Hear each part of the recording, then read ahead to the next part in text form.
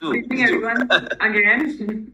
And we are happy to see all of you today to join our discussion on Frantz Fanon's book, which Professor Dr. Saroj Giri from Delhi University's Political Science Department has agreed to start with opening comments to help theorize and contextualize the many thoughts, but focusing primarily on the idea of decolonial as it's emerging in these writings. So, Dr. Giri, we request you to begin with the opening comments. Thank you. Okay, thank you very much. It's interesting that you refer to the political science department where I have my job. But I just this thought just crossed my mind that I don't think I ever had a chance to teach Frantz Fanon in the political science department. Not just now, but even I think earlier. I think I did try to teach some parts of it, just like I think last year or before that, where I had a chance to do that. But that came as part of a course I'm offering, which is an optional course in the MA third or fourth semester. It's called Politics and Psychoanalysis. So it is more like, through psychoanalysis that we approached Fanon. And I think that gives a unique kind of uniqueness to Frantz Fanon's thoughts, that he being a practicing psychoanalyst, psychologist, not just in terms of taking care of those who are victims of trauma or things like that, but also engaging with the canons of psychoanalysis with Freud and Lacan. So that gives a different kind of a richness to his text. But I think primarily, as most people here would know, is that we tend to think of Fanon in terms of decolonization,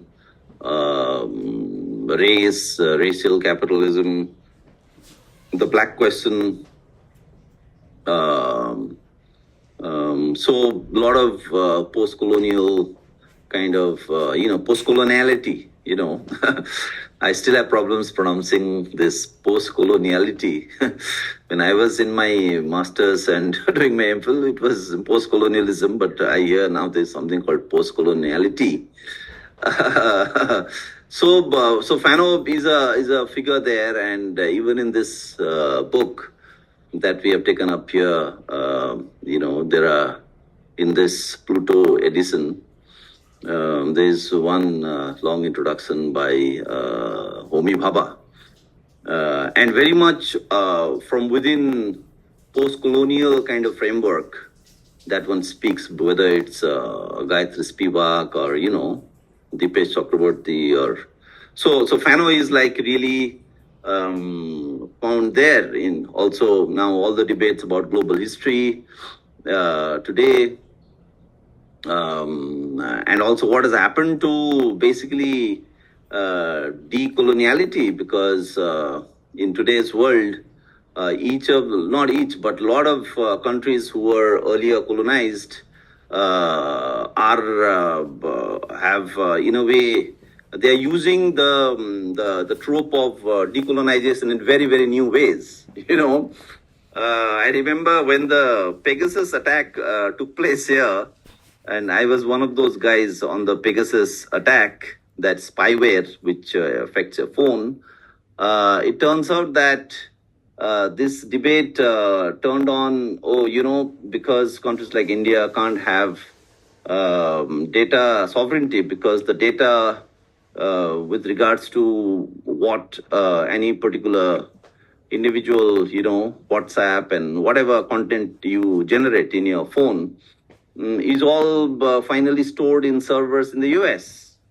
So it was one gentleman from the RSS who went to court saying that because India faces, data imperialism, because our data is not localized here. So it's a part of a decolonial thing, to kind of, because of the colonial control over data of our citizens, our country's sovereignty is dented, because our country, our government does not have direct control, access, in fact, to the data of their citizens, and that's why they have to resort to Pegasus kind of spywares. So there was a decolonization argument given, and as you know, we were talking about African countries today.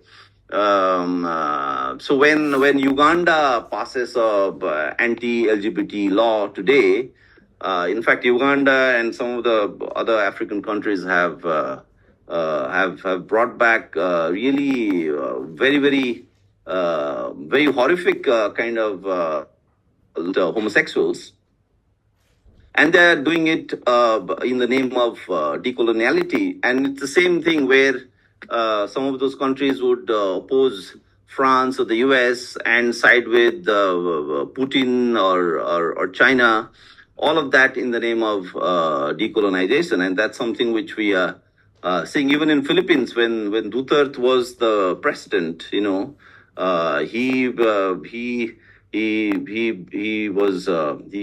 attacked the US and said that the army base must be removed.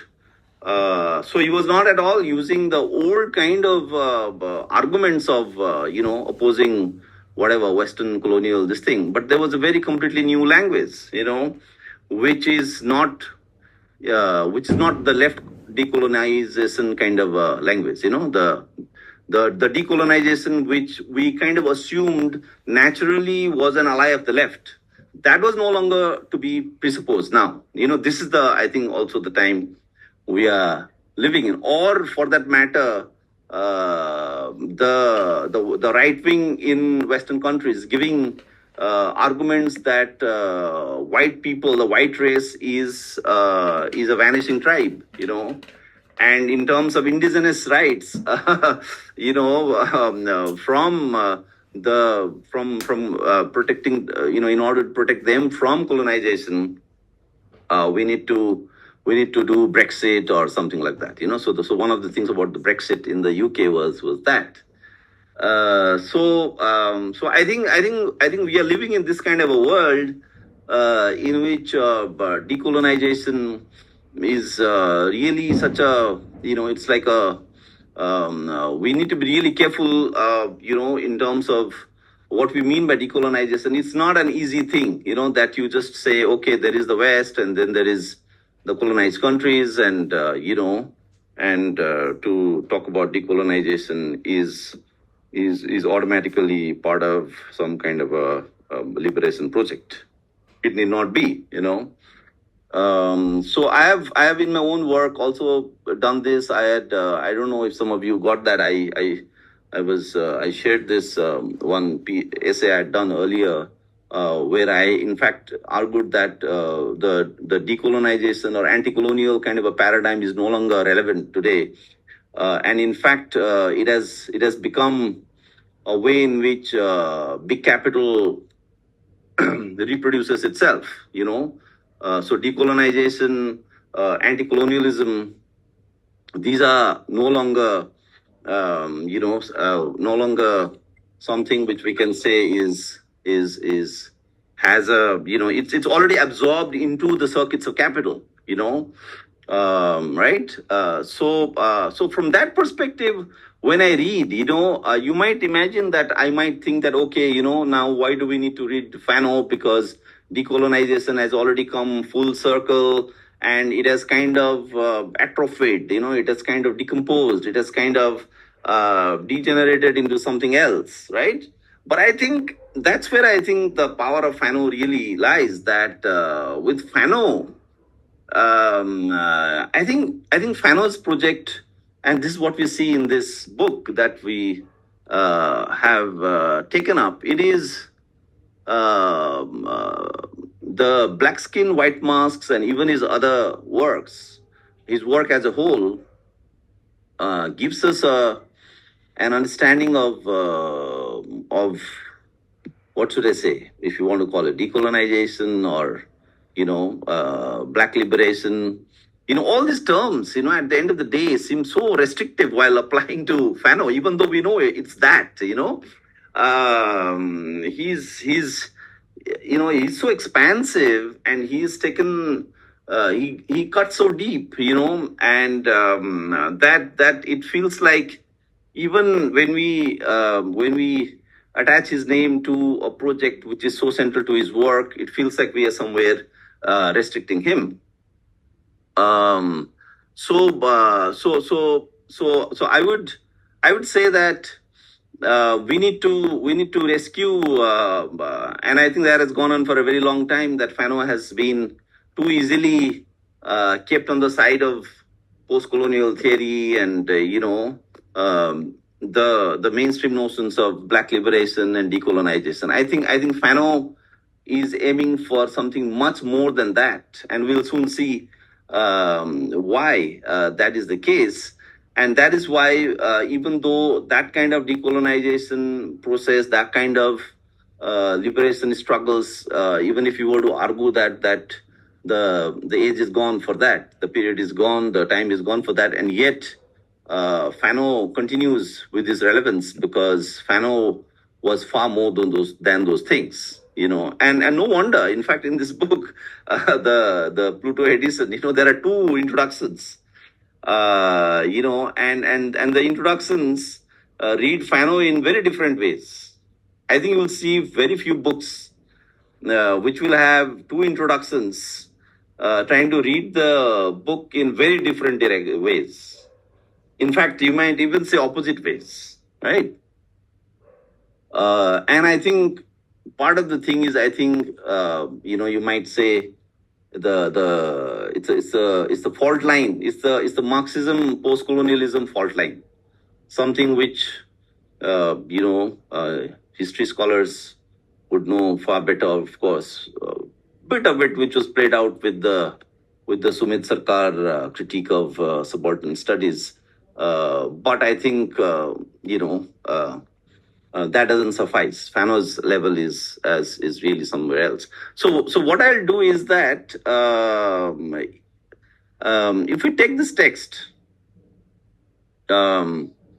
if we have it in front of us, I hope some of you have it in front of you. If you have, I would request, please open it. If you have a book or a PDF file of the book, please open it.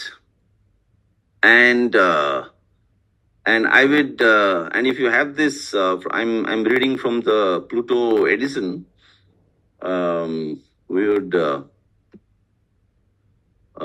I would request you to go to page 102 of the, which is the chapter on, I think, the fact of blackness, I think it's called. Yeah, I think it's chapter 5, the fact of blackness. So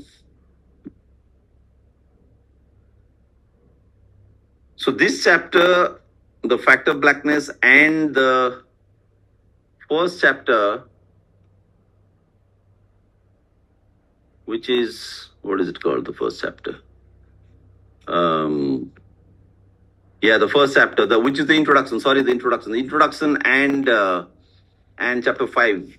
This is what I have taken up for discussion here today.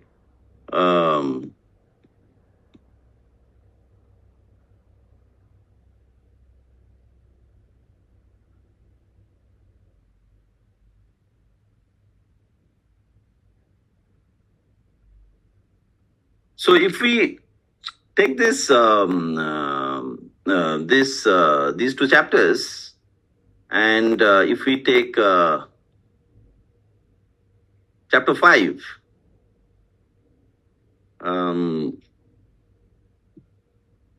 so let's go to chapter 5 first. I mean, these are not sequential in that sense, so we can go to chapter 5. So if you go to page 102, he says, and I hope I have everybody here along with me. I know some people don't like getting into the chapter. Okay, let's read it like the way you're saying. Yeah, That's okay.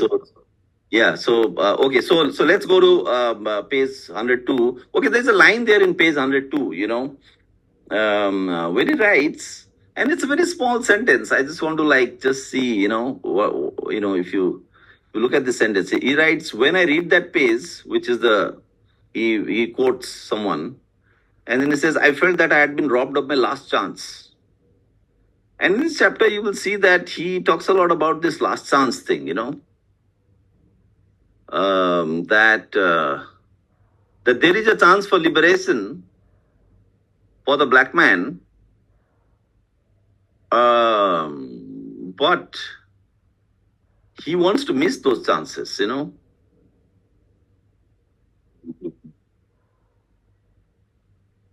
Now, and this is one thing that I pointed it out to you, but if you read this chapter, the entire chapter is actually structured around this kind of a slightly kind of rhetorical kind of a sense, that he invokes, where he says, so in the page 102, in the after that little quote, you can see that. He's quoting Sartre. Yeah, he's quoting that Sartre, yeah.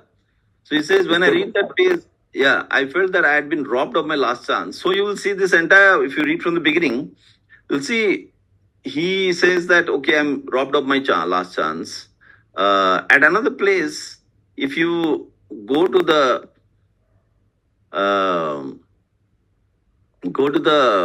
just the beginning of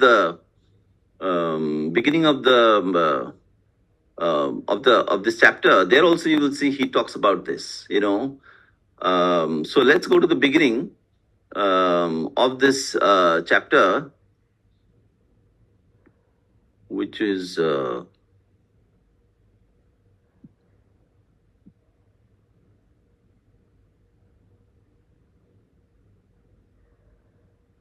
where he says, okay, so there is that very famous, line there, dirty nigger, or simply look a negro.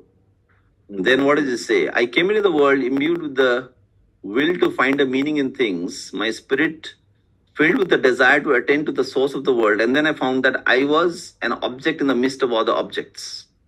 Now, there is a kind of an underlying ontology which is assumed here when he says, I was an object in the midst of other objects. Now, he does not do this simplistic thing that, I found myself, I was discriminated against by the white man, my country was taken away. He doesn't say that kind of a thing. His ontology, or rather, instead of saying his ontology, one can say that he's pitching his entry point, his analysis, at the level of an ontology. So, where and how, what does the black man find himself in?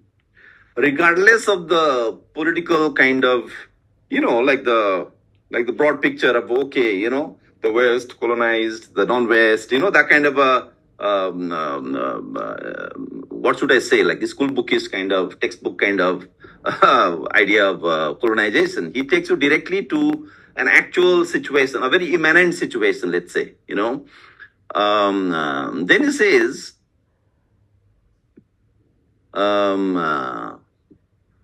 says, that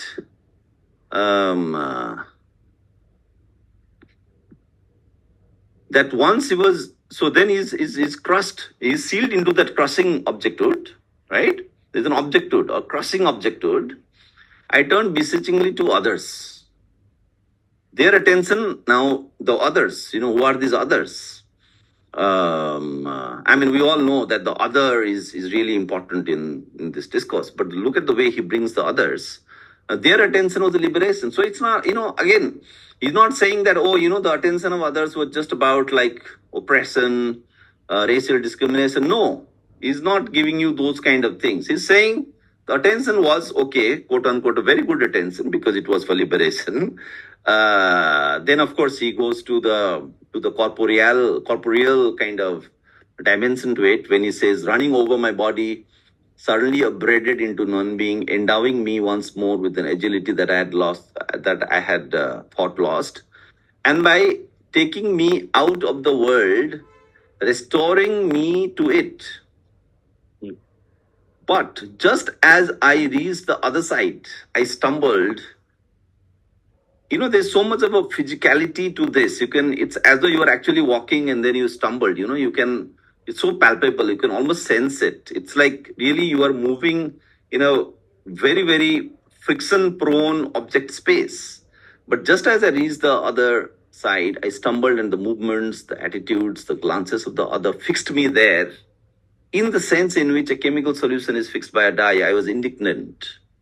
I demanded an explanation. Nothing happened. I burst apart. Now the fragments have been put together again by another self. So I have been fragmented, right? I got attention from the others. That was about liberation. But it turned out not to be the case, right?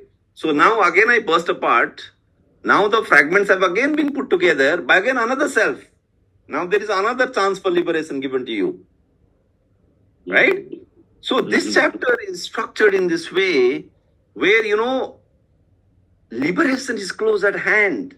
In Fanon, liberation is always close at hand, and it is the rejection, the fact that those lessons must be rejected. That is where he takes you. He's not giving you liberation so ready at hand, so easily. In fact, most of rather than really raging against racism as it is, he's lobbying his volleys mostly against those who claim to be, fighting racism, right? All the chances at liberation, he's taking them down one after another. And in that Sartre quote, where he's quoting Sartre, which is the same thing. Of course, he has a lot of respect for Sartre and all of that. But he has to also, even that chance, of course, he's very ironical when in that page 102, when he says that I had been robbed of my last chance, whereas the fact is that he wants to be robbed of that last chance because that chance is not a real chance for him, So he's being ironical when he says that he in fact wants to miss those chances, the chance offered as the last chance. He wants to show that there is no chance for the Negro. The Negro is doomed. He's not offering a path to liberation, to freedom, and surely not to amelioration or redressal or reparation. So, so what are the chances? One chance we already saw. And then after that, we see that Fanon writes that, again, I think somewhere around 82, you can see it later, endowing me once more with an agility that I had thought lost. So he's again being empowered, again being offered liberation, again being offered a way out of the colonial situation, quote unquote, right? So he's once more being endowed with an agility.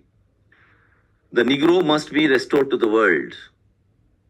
And you see that restored to the world is a very important expression for him, where, we'll see that, in fact, if we go to 82 again, just the next para after that, let's also read that. Is it page 82 you're saying? Yeah. Again, back to page 82. That's same page. Okay. Yeah, same page.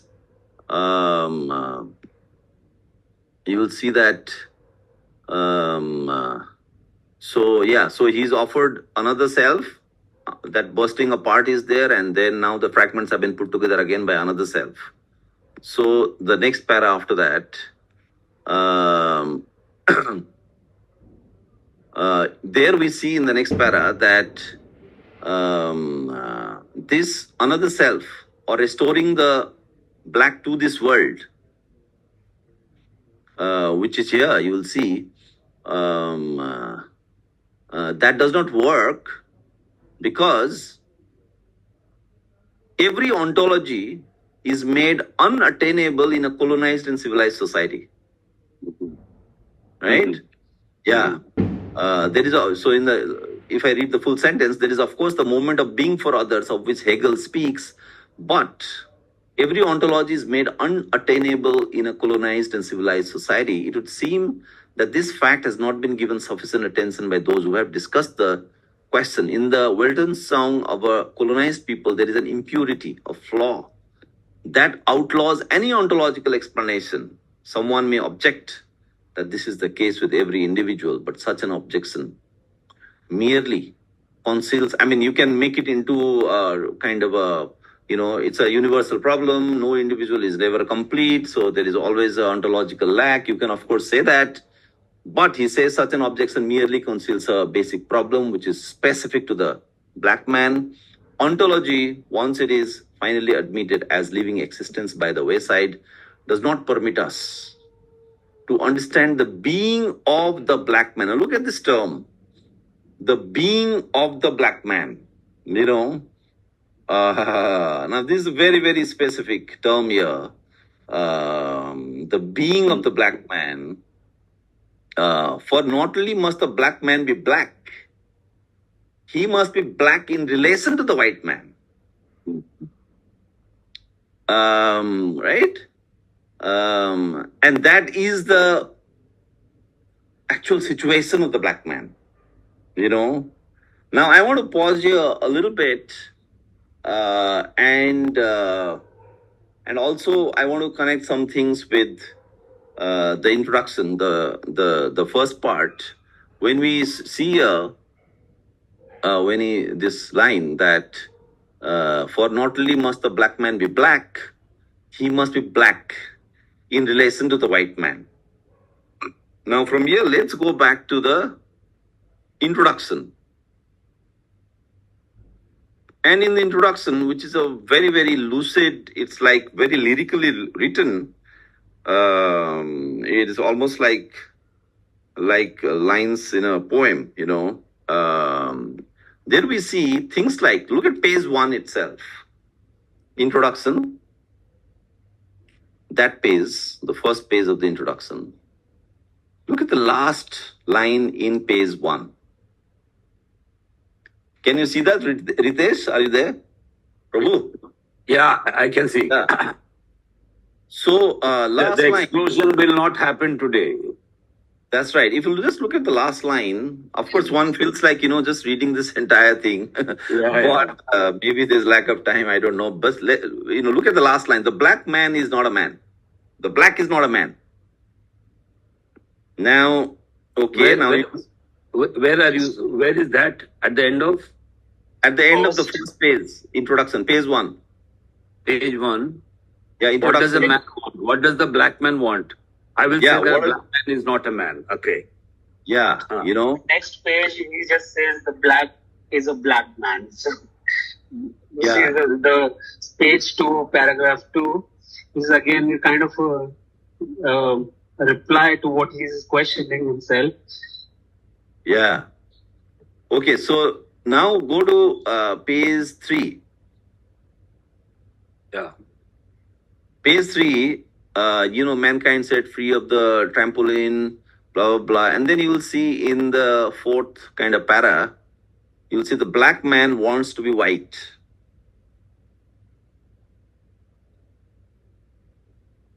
The black man wants to be white.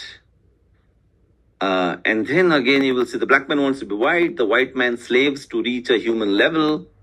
In the course of this essay, we shall observe the development of an effort to understand the black-white relation. The white man is sealed in his whiteness, the black man in his blackness.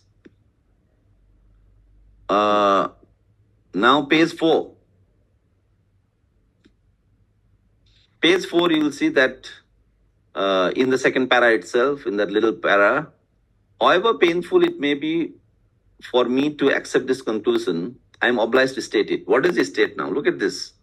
For the black man, there is only one destiny, and it is white.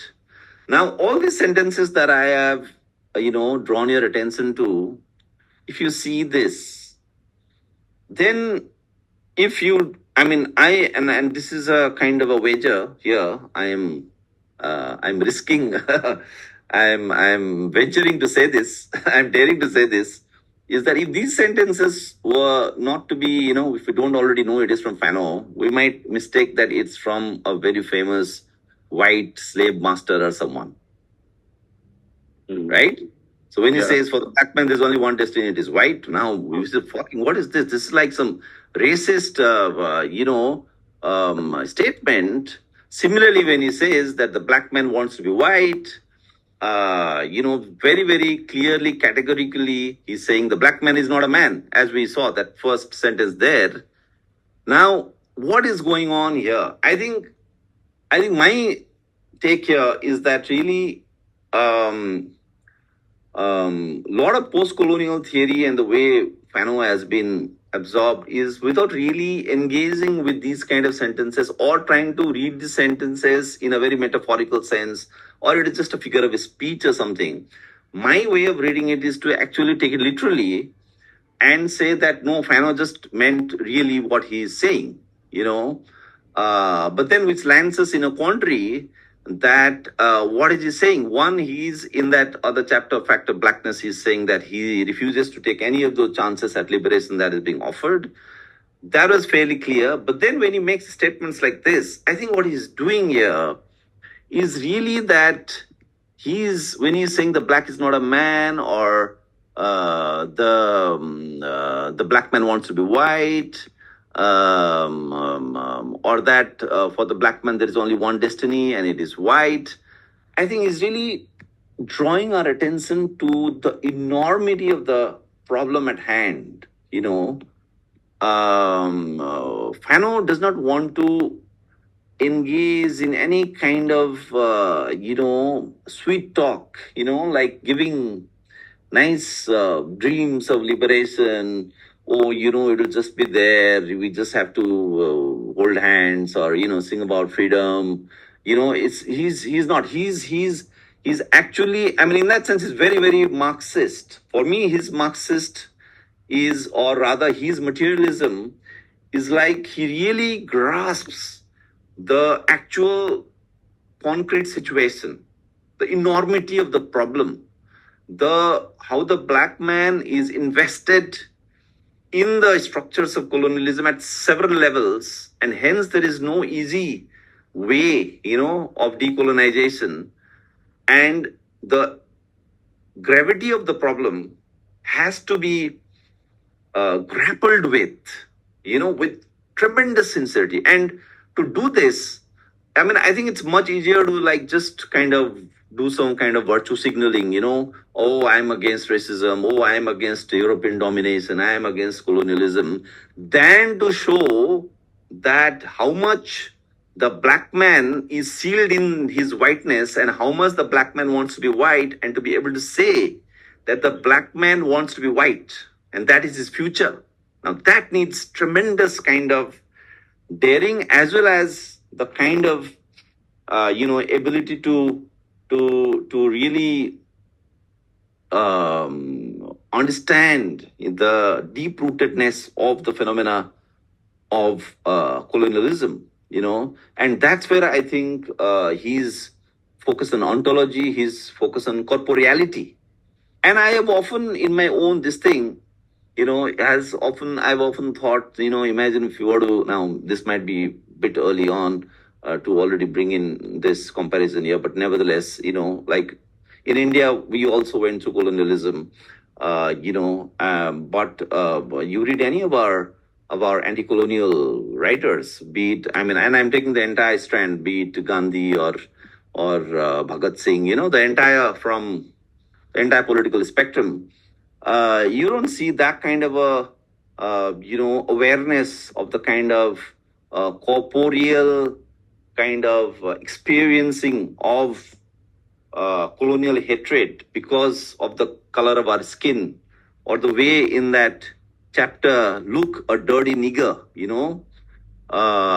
we have a bit of that when I think we have this account of Mahatma Gandhi, in that train, I think that was in South Africa, right? He was put along with other other people from the black community, and he protested, saying, "Oh, how can you put an Indian along with other blacks in a third class compartment or something like that?"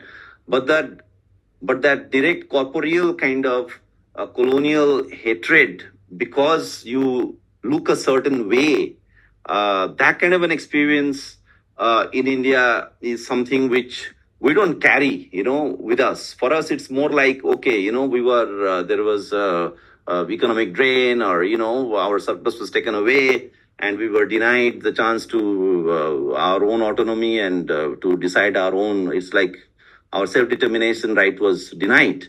But here, when he takes you to this object level, when he takes you to the level of me and the other, that immediate, that look in the eye, that the white kid in the bus is looking at Fanon and saying, look, mama, a black man, a nigger, that kind of a thing.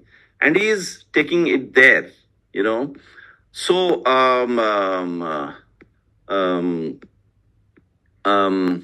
so now what I'll do, I'll just highlight one or two other points, maybe mostly from the same chapter, factor of blackness, and then I will close. How much can I take? Another couple of minutes? What's the scene, Ritesh?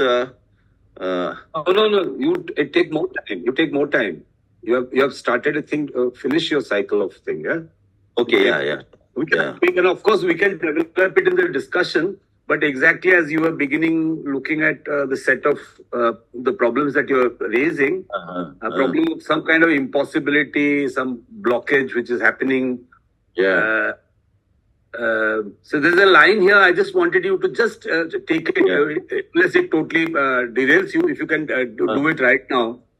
Yeah. It says, again from the introduction, what is it? Sorry, just a second. It says, every time, I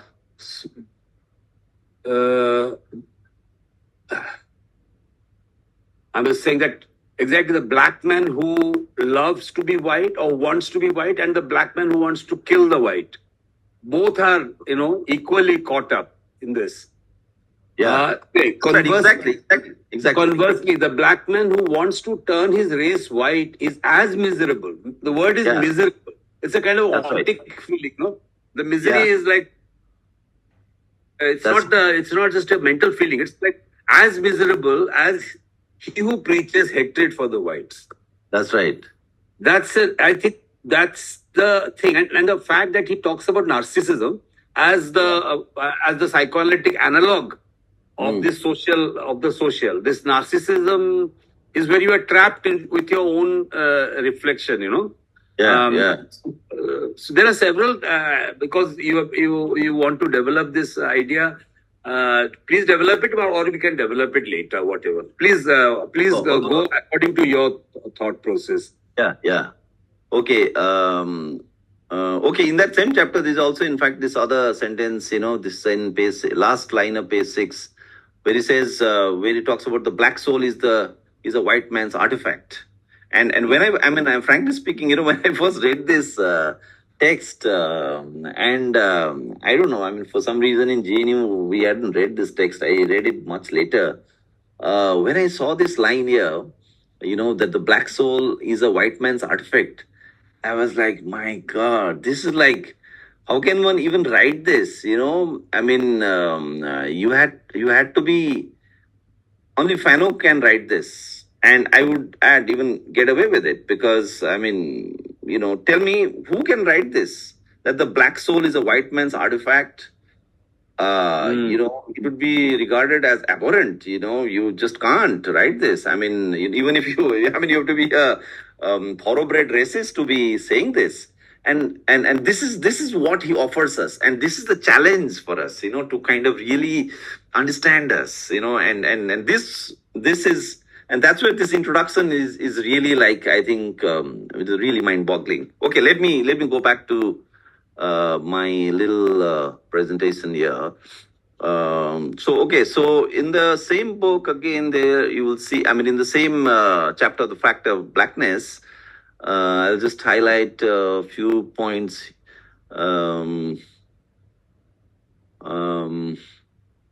He rejects everything. Okay, look at page 107.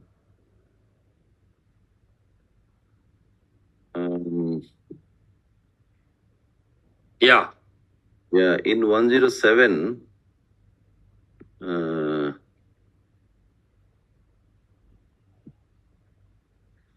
is that 107? Yeah. Okay, so that's, towards the end, the Negro is a boy in the white man's hand. Toy.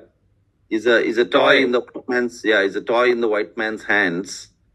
So in order to shatter the hellish cycle, he explodes. Now, this is after, this is towards the end of the chapter. This is after he considers so many chances that were given at liberation, and he rejects everything, right? And then he says this, that, in all those possibilities of liberation, he finds the Negro is just a toy in the white man's hands. And then, towards the end, he says, okay, finally there's this explosion. But let's go slightly before that, before the final explosion. Let's go. If you say, look at page 102.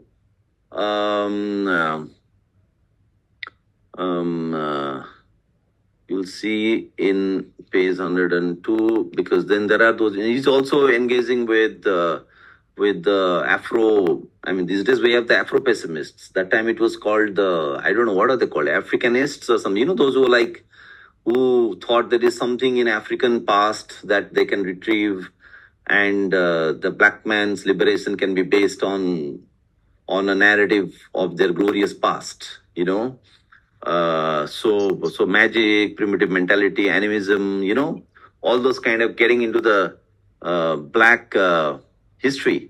A lot of people tried that way of liberation also. Marcus Garvey and Back to Africa, then Rastafaria. That's right. That's right. Those kind of this thing, and they really romanticized the African past. So in 102, we'll see that in 102,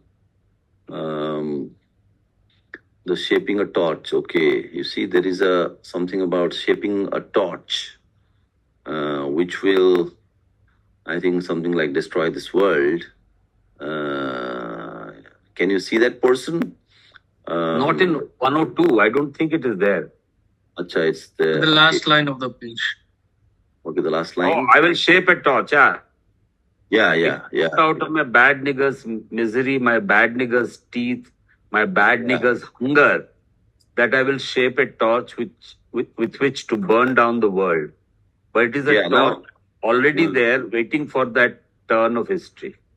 Now there, if you see, everybody is saying, well, somehow you avoid shaping your torch one way or the other, and you latch on to what is already given.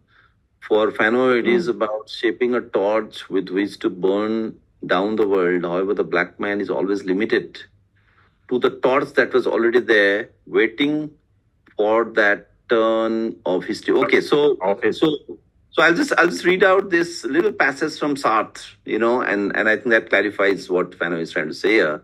Orphinois, in that same page. Black Orpheus, yeah.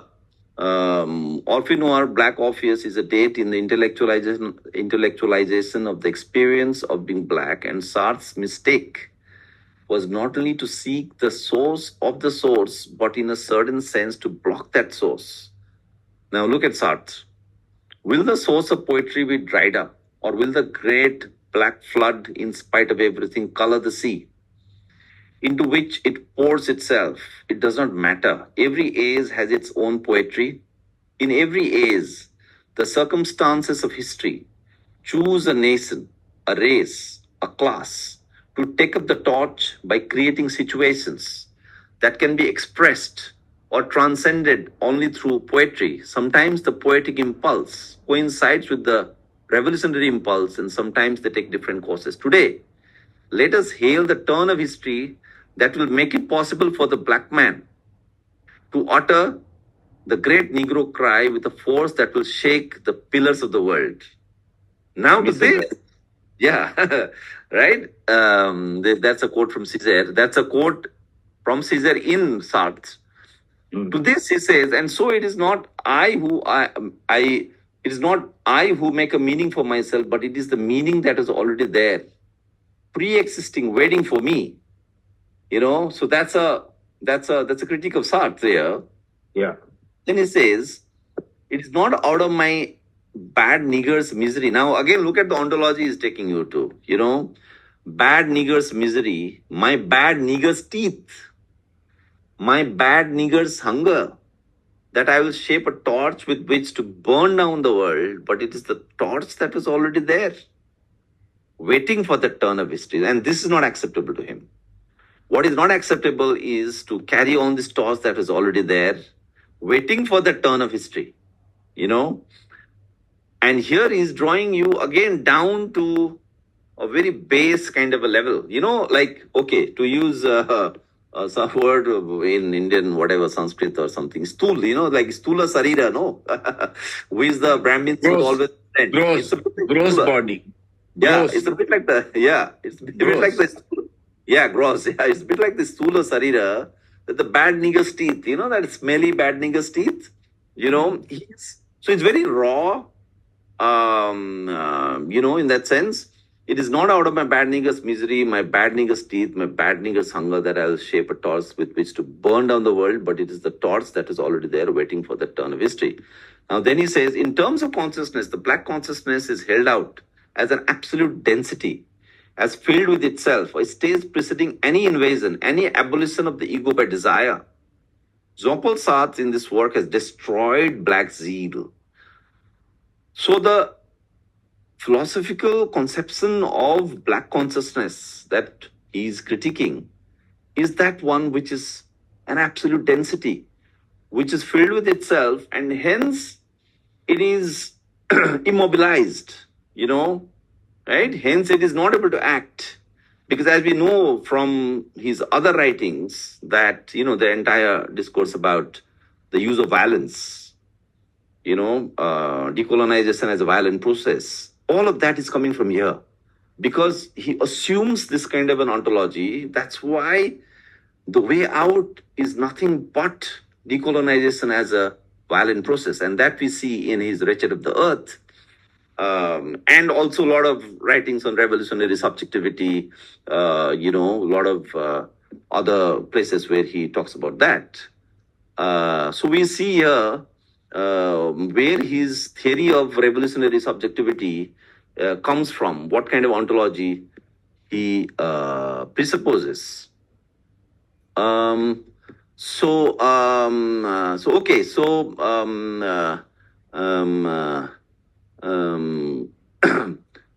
Last point, not a point, last, line from Fanon I want to draw your attention to before I stop is praise 103. I have in my text highlighted it. So let's just see. Okay, same, 103. Same page, in fact. Okay. So where he says the dialectic, talking about the dialectic. The dialectic, in the middle of page 103, the dialectic that brings necessity into the foundation. In fact, we can as well continue reading from where I just left because there are just a few lines there. Jean-Paul Sartre in this work has destroyed black zeal in opposition to historical becoming. There had always been the unforeseeable. I needed to lose myself completely in negritude. Oh, that's negritude. Yeah. So earlier I was trying to recollect that. Today there's so much of domination of this. This some of these avant-garde academic discourses by the Fred Moten and others. Who even I think the person who wrote Necropolitics, Bembe, right? Yeah. So, but a lot of them are Afro-pessimists. But that time it was like the Afro-Philo people, those who love anything African. So negritude is part of that. Senghor's, Yeah, that's right. Senghor, Yeah. Leopold Senghor, yeah. That's right. I needed to lose myself completely in negritude one day, perhaps, in the depths of that unhappy romanticism. Then he says, in any case, I needed not to know this is struggle. This new decline had to take on an aspect of completeness. Nothing is more unwelcome than the commonplace. You will change, my boy. I was like that too when I was young. You will see it will all pass. Mhm. The dialectic that brings necessity into the foundation of my freedom.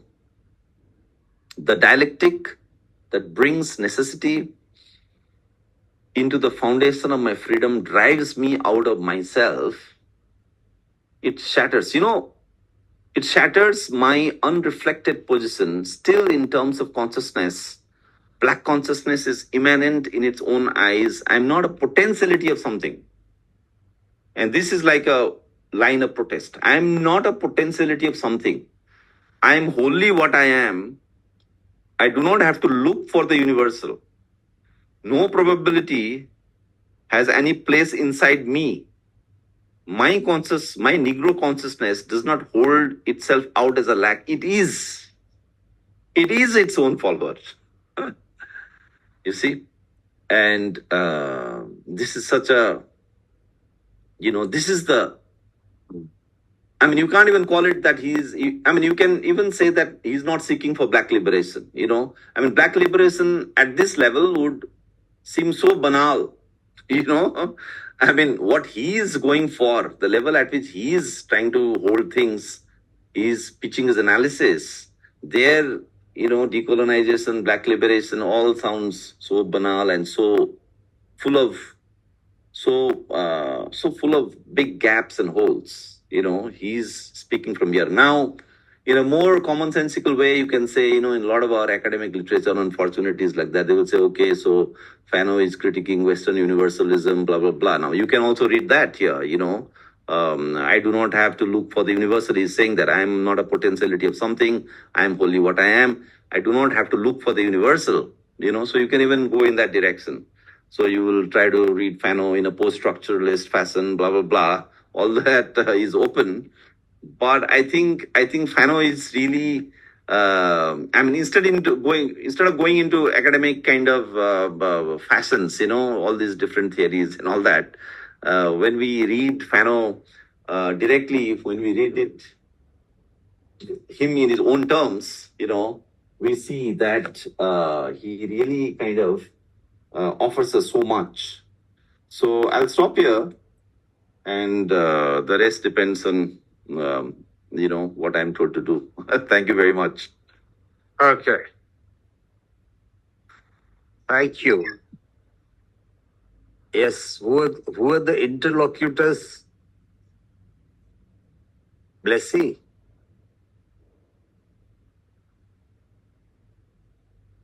Hello. Hi. Yes, Sunny. So, who are the interlocutors? There are two people who are going to read it or something like that? No. Everyone had to read it. Sunny has his hands raised. Sunny. Okay, no? Yeah. Prabhu, we did not decide on interlocutors per se. We were all supposed to read it. So, maybe I'll just. Surely. Yeah. What? Saroj, say hi, Saroj. Hi, Sunny. Long Hi. time. Long time. Yeah. In fact, so it's like at various levels, I like totally agree with the kind of reading that you did, and maybe try to kind of make a few points in response to what you said. But on the same plane, when I was reading this, I had such a stark feeling because the last and the only time I read this book was some 14-15 years ago when I was a master's student, and had very little understanding of the last 2-3 decades ka post-colonial decolonial turn, and it was at that time it seemed for me so easy to make sense of what Fanon is trying to say here. and Fanon did not sound so, in that sense,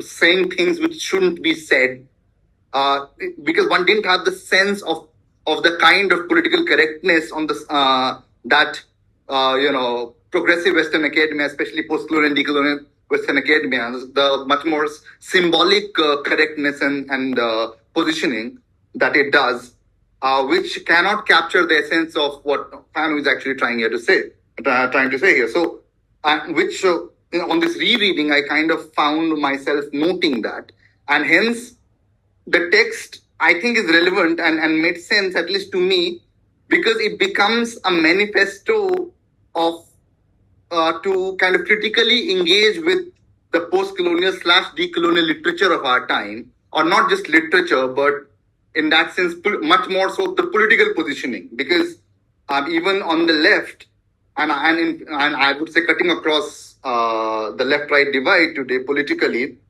the question of identity in politics and hence in academia has become such a kind of central ground of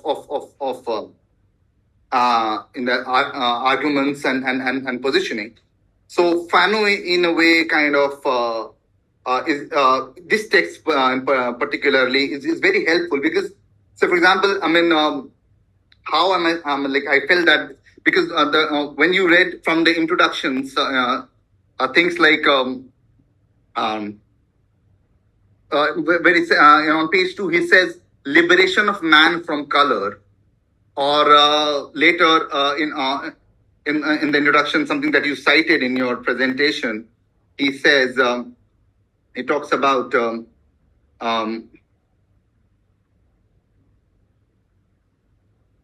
I mean the quote, yeah, that black soul is a white man's artifact.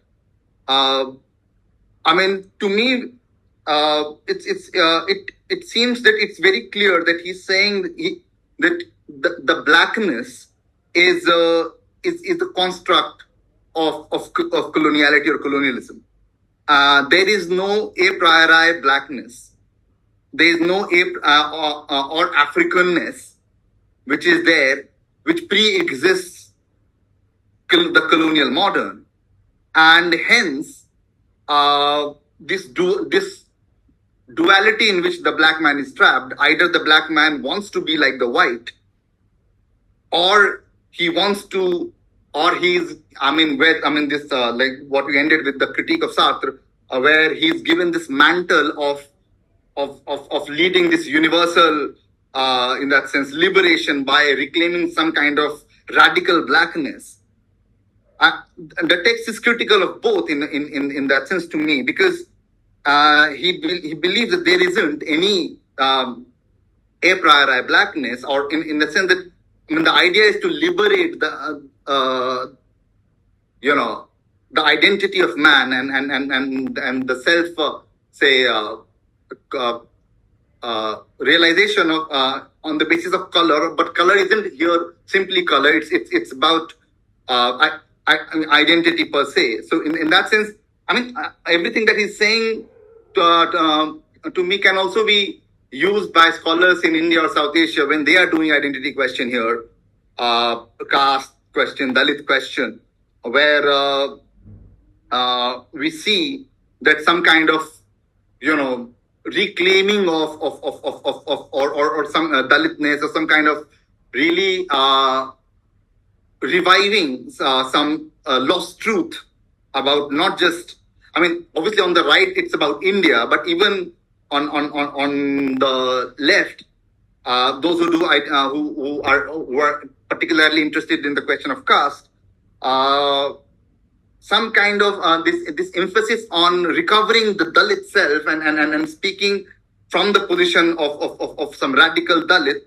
I think Fanon can be read like that here, to say that to actually in a way uphold what was the title of Ambedkar's essay, that the idea is to annihilate caste, annihilation of caste, and not reclaiming caste, in the same way that it's the idea is to liberate from color and not recover some essence of a colored kind of human existence, which and one better than the other. And I think in various chapters he kind of tells us how the attempts have towards that. I mean, kind of falter. I mean, the Sartre one you discussed is a very apt one. But there are other instances also which I want to just throw for people or for you or others to kind of think about and respond to. Like, I was very interested in how in discussing language and is in the chapter on the first chapter on Negro and language, and I think at other places as well. He is talking about the internal kind of gradation, how the question of color in thinking about who I am becomes a black person's self-identification, that I'm not as black as, so someone from say Antilles would think that I'm not as black as someone from Africa. So this is again a reality coming out of the colonial context, in the colonial modern. Even so much so, at a later place, I think this is in chapter 4, where he is talking about, where he is discussing Manoni. I mean, I don't know how it's pronounced. Manoni, and so and about the people of Malagasy. I think this is on page 73. He says this. He talks about this question of who is a Malagasy. And then he goes on to say that you can't define who is Malagasy, because even the question that who is a Malagasy is not the question of a Malagasy. It's the question of the white man. And a Malagasy is supposed to think about who is a Malagasy, or who am I, because there is a white man vis-a-vis whom I am different. So and I need to answer this, that who am I, and I need to define, and then some will try and define, because this reminded me, because in some of my own writing, I was thinking about Arya Samaj and the question of Arya in mid-19th century. And this thing that all of a sudden, no one is in 18th century in the Sanskrit writings is trying to define who is an Arya. There is a lot of discussion. The word Arya is used, but the obsession to define Arya isn't there. But by mid-19th century, that comes up. There is no other way to answer this question, that where is the question of who is an Arya, and the obsession to answer this question, an Arya coming from. Then the only answer is that it is from the Indologists and the Orientalists. They started asking this question, who is an Indian? So Indian is primarily from these Sanskrit texts, the Arya. So let's try and understand who is an Arya from these texts. And it's from there that we also started trying to answer this question by looking at Veda. Look at Veda. Veda will tell you who is an Arya, and that is how we will tell ourselves who we are. So, I mean, a kind of an analogy, I don't know if it kind of fits well, but this question of who we are, and who is a black person, and how a particular black person is different from another black person, is a very modern question, and coming out of a colonial context, which, I mean, Fanon is telling us isn't his question. So in that sense, and it's connected to the idea of a black soul being the construct of the white. Similarly, the idea, in I think chapter 1 and 2, there's a discussion about French people going to the West, and African people trying to go to people of Martinique trying to go to Africa, France, and try and live a life in France. I mean, in a way, if one compares it today to like the liberation, the Dalit liberation, the identity liberation, the kind of liberation academia, which wants to go into the West, and which from the location of West, in the spaces of the West, wants to answer the question Fanon in that chapter says that you have to be like French and talk like French, and cannot, in that sense, you have no option to reclaim your in any kind of identity per se. which I think he doesn't believe in any particular black identity. But he says a person from Martinique doesn't have that option in France. Today it's one up, where a person from a colony would desire to go to the metropolis, would want to live there, and who doesn't have to talk like a person in metropolis, can keep on talking about who he is, but only with the desire to be there. To somehow, in a way, make it a quota to proclaim himself as an expert of that particular identity and experience, and create a space to live that life, which is the desire in the heart of a colonized, to live with the colonizer, to live with the white person. So, I mean, that various places, it helps. Are you saying like the subaltern studies people? Is that? Yeah, I would say so. One would say so. But I think that has spread across, it's not just subaltern. There are labor historians going there, Prabhu. There are all kinds of Marxist historians going there and want to. And there is no Marxist politics in the West. There's no Marxist party, but all Marxist intellectuals would want to go there. So all of us are facing that. Don't bury it in the night of the universal. Yeah, I agree. But yeah, because it is about a specific form. I was saying, but look at this: the people going to the West, the Sardars, the Punjab migrant going to the West. And he's not going to the West to become like, there is such a difference from that, such a difference from the person who goes to become like a white man or to critique the white man from that white man's bastion. Yeah. This man is not going to do that. So there is such a big difference between them. Yeah. You cannot bury everyone in the same thing, So I understand what you're saying, but carry on. Sorry, I just wanted to point out the difference. Yeah, I agree. Migrant labor and a migrant intellectual who personifies what he was saying. I was just saying the difference is there. Yeah, no, I was talking about academics. I was not talking about laborers. I was talking about academics primarily. But that differentiation is also there, that the post-colonial academic or the decolonial academic from the global south would want, is doing one up on Fanon's time, where in Fanon's time, a person from Martinique would go to Paris and has to live like a Parisian, has to mimic Parisian. Whereas today you can go to the West and you still live like a Western person, but you talk about, the experience of the South, and through that quote-unquote radical position, you will make a life there. The end of that, of your academic work or politics is to create a life for you there, and not, in that sense, connect to, in any way to the people that you're talking about. And especially when Fanon says that there is no such blackness, or there's no such knowledge bestowed in blackness that can be recovered. So that project in itself is futile if one is, kind of taking that up. And and I think similarly, his conclusion, and I would end my points with this, is kind of is in that sense very, very straightforward. He starts with Marx and Marx's quote about future, about any social revolution, from a quote from Etienne Brumaire, that a social revolution cannot draw its poetry from the past, only from the future. And in fact, I would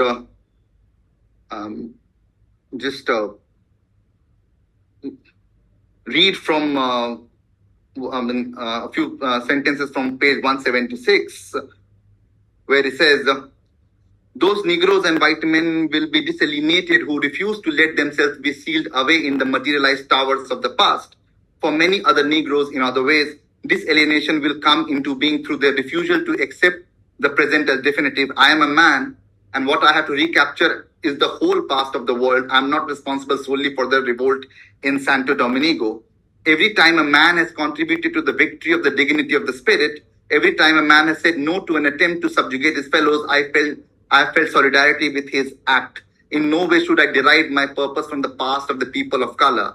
in no way should I dedicate myself to the revival of an unjustly unrecognized Negro civilization.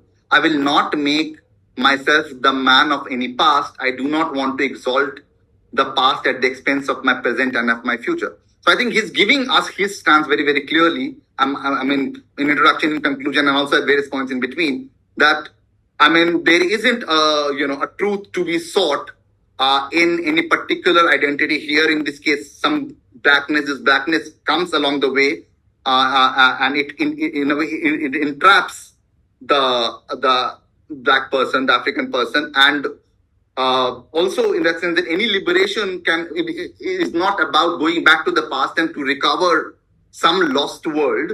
It has to be about the present, has to be about the future, and hence the being critical of any kind of a priori radicality bestowed upon some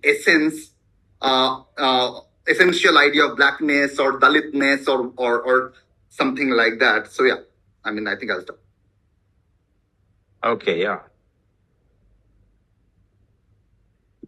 So I want the world to recognize with me the open door of every consciousness. My final prayer, oh my body, make of me always a man who questions. Oh my body, that's fantastic. That's oh my body, make of me always a man who questions. So there is one could read either of this way, but taking Saroj's point, the corporeality of and the consciousness, the duality of body and mind or consciousness. He now says he now incites the body to make him. So the body will make me always a man who questions. So, in fact, to bring out a consciousness incited by the body, not the other way around, not the other way. So, in a way, it's a very reversals or ways of reversal, but subject-object reversals. On the one hand, critiquing the objectification, but at the same time, giving a radical possibility within the object to transform the subject. These are there. I want to. I wanted to ask one question just by way of thinking. Of course, Sunny has already, and I think Saroj also wanted to look at the question of identity. Sorry, the Dalit question and its link, and what can radical Dalit thought take up from this, and so on. So we can go into that. But I just wanted a broader question, which I felt this relation to history. What does this question of history, where does history lie in this question? Is there a radical eraser of history in Fanon's thinking? Not history only as past. There is, of course, kind of a desire to kind of completely liberate oneself from the past, as Sunny has pointed out. But what does it say about what kind of complicated, or let's say, what problematic way does he conceptualize history in some sense? Because colony is history on the one hand, and colony is present, and colony is the future in some sense. It's like a closed circuit in which, so it doesn't exist as a kind of a something as a distant history, as a mode of knowing, or as a kind of a thing which is through which you can make a distance. So is there a radical eraser of history which takes place here, both as a mode of knowing and both as conceptualized as as something analogous to the past, okay, as something which has happened? So is there? My suggestion is to. That's my broader, one of the angles in which I was thinking, and I would ask all of you to, even if you think it is important to think through that. I like the section on the Hegel and blackness, and the question of thing, which his way of using partly Sartrean way of, or Sartrean, or you can say way of taking Hegel and then going beyond, or trying to go beyond Hegel in some sense. in the dialectic, for instance, between master slave, for instance. That is, I think, that's a master trope in this, but he kind of looks at it very differently from, but heavily influenced by Sarth's way of looking at. That is another angle. But I really think there are two points I wanted to ask people to think about, and Saroj especially to reflect if he can, or he can do whatever he feels otherwise also. One is this question of history. The other is a kind of problematic relation with psychoanalysis itself. That means psychoanalysis, we are taking for granted that he uses psychoanalysis. He's a psychoanalyst himself. But there is a kind of a tension in his thing. One tension is coming from a particular way of reading Hegel through Sartre, which is actually very anti-psychoanalytic, It's deeply anti-psychoanalytic. So there is, on the one hand, a psychoanalytic modality which he kind of, but existentialism, the way at least in this time he's writing, it was deeply anti-psychoanalytic also. So I also want to, so one is history and its problematic relation in this, and other is psychoanalysis and a problematic relation, if there is a problematic aspect to it, is there, like, say, if we put what is the name, Fanon to his own modality of like disalienation, diagnosing symptoms, the question of neurosis. Now, what kind of neurosis, let's say, if we turn it around and say, what kind of neurosis is posited by the analyst himself, What is the analyst, that is Fanon? In what way can we use to read, to take the thing and to see what he is talking about as also symptoms of neurosis? Or is that neurosis is something which can be transcended through his, or say, the way he brings back disalienation at the end seemed a little kind of pat to me. I'm not certain whether I've read the whole thing properly. I may be reading it too quickly. But this notion of disalienation, which he brings in, it's a new terms in a way. Is it the end of neurosis he's positing, or what? So these two lines of thought is what my first reading has been about. Of course, the question I would say excellent points you have raised. I have definitely something to say on this, what you have raised, and also some of the points Sunny has mentioned. But Ritesh, I thought you also would like to highlight a few things or something, Ritesh?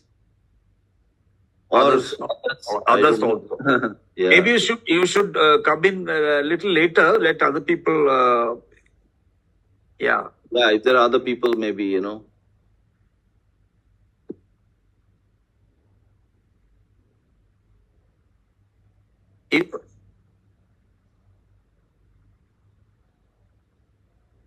Hello?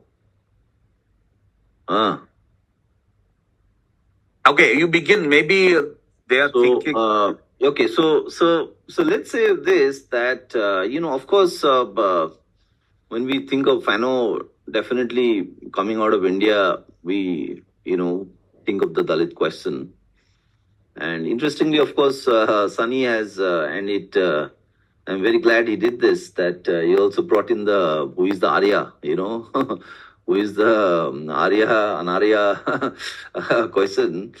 And that is, of course, a perpetual, that's a deeper, very long duty civilization question for in India, who is the Arya. But also, I was also wondering, who is the Ashura, who is the Ashura, who is the, all the Hindu, Indian mythology, it's always Dev and Danav, So who is the Daitya, who is the Danav, who is the Ashura, all of that is a very interesting question now. As we know, there's so much of work on this. Ashura, still we don't know. In fact, I'm doing this little piece where Kosambi has done a critique of Ese Dange, the CPI leader, Prabhu. Yes. Yeah. So there, of course, he's taking on Dange. So there also I was seeing where he's saying that, okay, the Dasyus or the Asuras of the earlier time, they only became Shudras later. So when you are talking about who are the Shudras, who are they really? Is it the Asuras and the those who are regarded as Daityas and all of that? Or say when we are reading Phule, I can't hear you. Is it frozen? Hello? Yeah, can you hear me? I could hear. You were frozen for a moment for me, but others could. We can hear you. Okay. So I was saying, even in Phule, we see this. Phule, what he does with the Bali Raja myths and all of that. So that's a very interesting thing. But coming to the present on the Dalit question specifically, I would say, of course, we would spontaneously want to bring in, say, Ambedkar or other, or even, why not even Bhagat Singh, for example, on the question of revolutionary violence, for example, because I don't know if I don't think we read that section in this, not just in Wretched of the Earth, but also in this book, Black Skin, White Mask. Fanon talks about revolutionary violence even there, but he does not use these terms, but it is all over the place, if you go with the kind of ontology that Fanon presents, then revolutionary violence is the only option. That's where he is taking us all, So in the Indian Dalit context, the name which comes to my mind, the way I read Fanon, I don't think immediately of, say, Ambedkar or to some extent Bhagat Singh, but I don't think of Ambedkar when I do Fanon. The person I think from within the Indian Dalit movement is Namdev Dhasal. If you look at Dhasal's poetry, you will see very much, even in that, the ones which are translated into English, I think Dilip Chitre, he did that volume. If you look at those poems, that collection, you will see that kind of, that ontology, that object ontology, which you see in Fanon, you see in Dhasal. And he's also taking very urban spaces. Okay?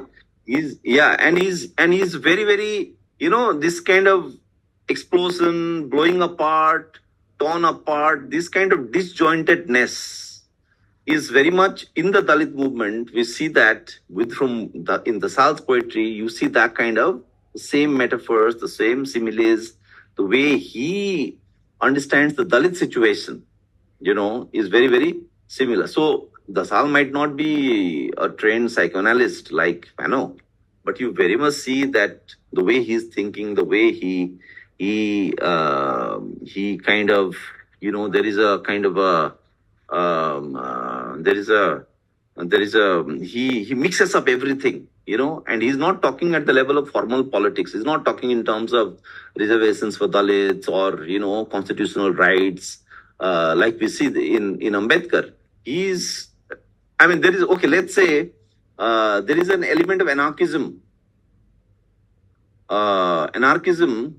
in Dhasal. Now, Fanon, I don't think is an anarchist, but there's a lot of this similarity. So they are not respecting political institutions and just saying, okay, there should be representation for Dalits and blacks in institutions communicated against. So there should be legal kind of ways to kind of address that. That's so in that sense, Fanon and Bhagat Singh and I would say Namdev Dhasal, I tend to think of them similarly. Now, another resonance that I have is the way one understands untouchability. The work of Sundar Sarukkai. The work of Sundar Sarukkai is a bit like the way Sundar Sarukkai and Gopal Guru tries to understand untouchability of course, the levels are very, very different. But if you want to really stress things and see some resonances on both sides, then the way Fanon talks about the black man's situation, racism, is a bit the way, the way Sarukai wants to understand untouchability as not just something which the Dalit body is suffering, but which even the Brahmin is trapped in it. So for them, untouchability is a continuum, So it is there within the Brahmin also. So when we see that, Prabhu, the point you pointed out, that even the white man is trapped in his whiteness, right? Something similar you see in the way Sarukai and Gopal Guru tried to develop their approach to untouchability. But these days I don't hear much of that theory. So I don't know, maybe they have given up on that paradigm. But for some time, for me, it looked like a very promising kind of work. The one thing I want to say is that, broadly, it's true that, Fanon is very futuristic. He rejects negritude, he rejects all this kind of glorious African past and all those things. He's extremely futuristic. In that sense, also, he is very close to Marx, very futuristic, liberation, coming revolution, that kind of a thing. The negritude, of course, they focus on the past. But what about the post-colonial? So some of the things, for example, which Sunny pointed out, was very much from within the kind of post-colonial kind of a framework, say the question of identity, But the post-colonial, from Fanon's perspective, would be too much focusing on the present, like just kind of a reconfiguring of things, rearranging the same things in a slightly different way, So kind of the kind of explosion and the kind of final kind of liberation that Fanon imagines, you don't see that in the post-colonial. So the post-colonial would not really be even though the post-colonials have largely claimed Fanon, I think very wrongly, from my point of view, if you ask me. And that's because they are too much on the present. So you have the post-colonials who are on the present. Who what we call the synchronic view of the synchronic view. Where the structuralism, where everything is a structure, everything is connected to each other, right? And that lack of a sense of history that we see. So in the name of rejecting the stages theory of history, in the name of rejecting Eurocentrism, they have really accepted whatever is happening in the present, which is just a circulation of bodies and mobility and, bricolage kind of a thing, right? And all these people like Sanjay Subramaniam and all that, just trying to look at global flows and networks and bricolage, that kind of a thing. Which is very much what capitalism today is fine with, So I think Fanon's futurism really rejects this kind of a approach, what is like a post-Marxist kind of an approach. So I think that's the broad categorization that we can have.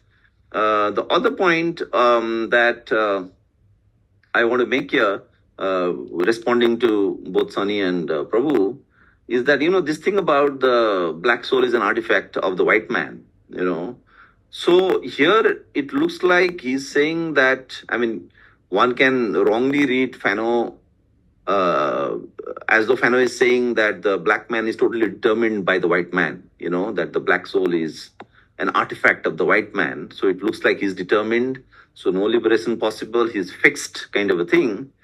But then, because normally, you will see people will not say things in this way. They will say that no matter how much Western colonialism tries, there is always this gap, and we always free. We always we always are subverting, the entire agency. Yeah, we always have agency. We are always. So mimicry, we mimic. So people like Bhaba do that, We mimic the Englishman, and then we will subvert their language and we will reclaim it in our own way, that kind of a thing.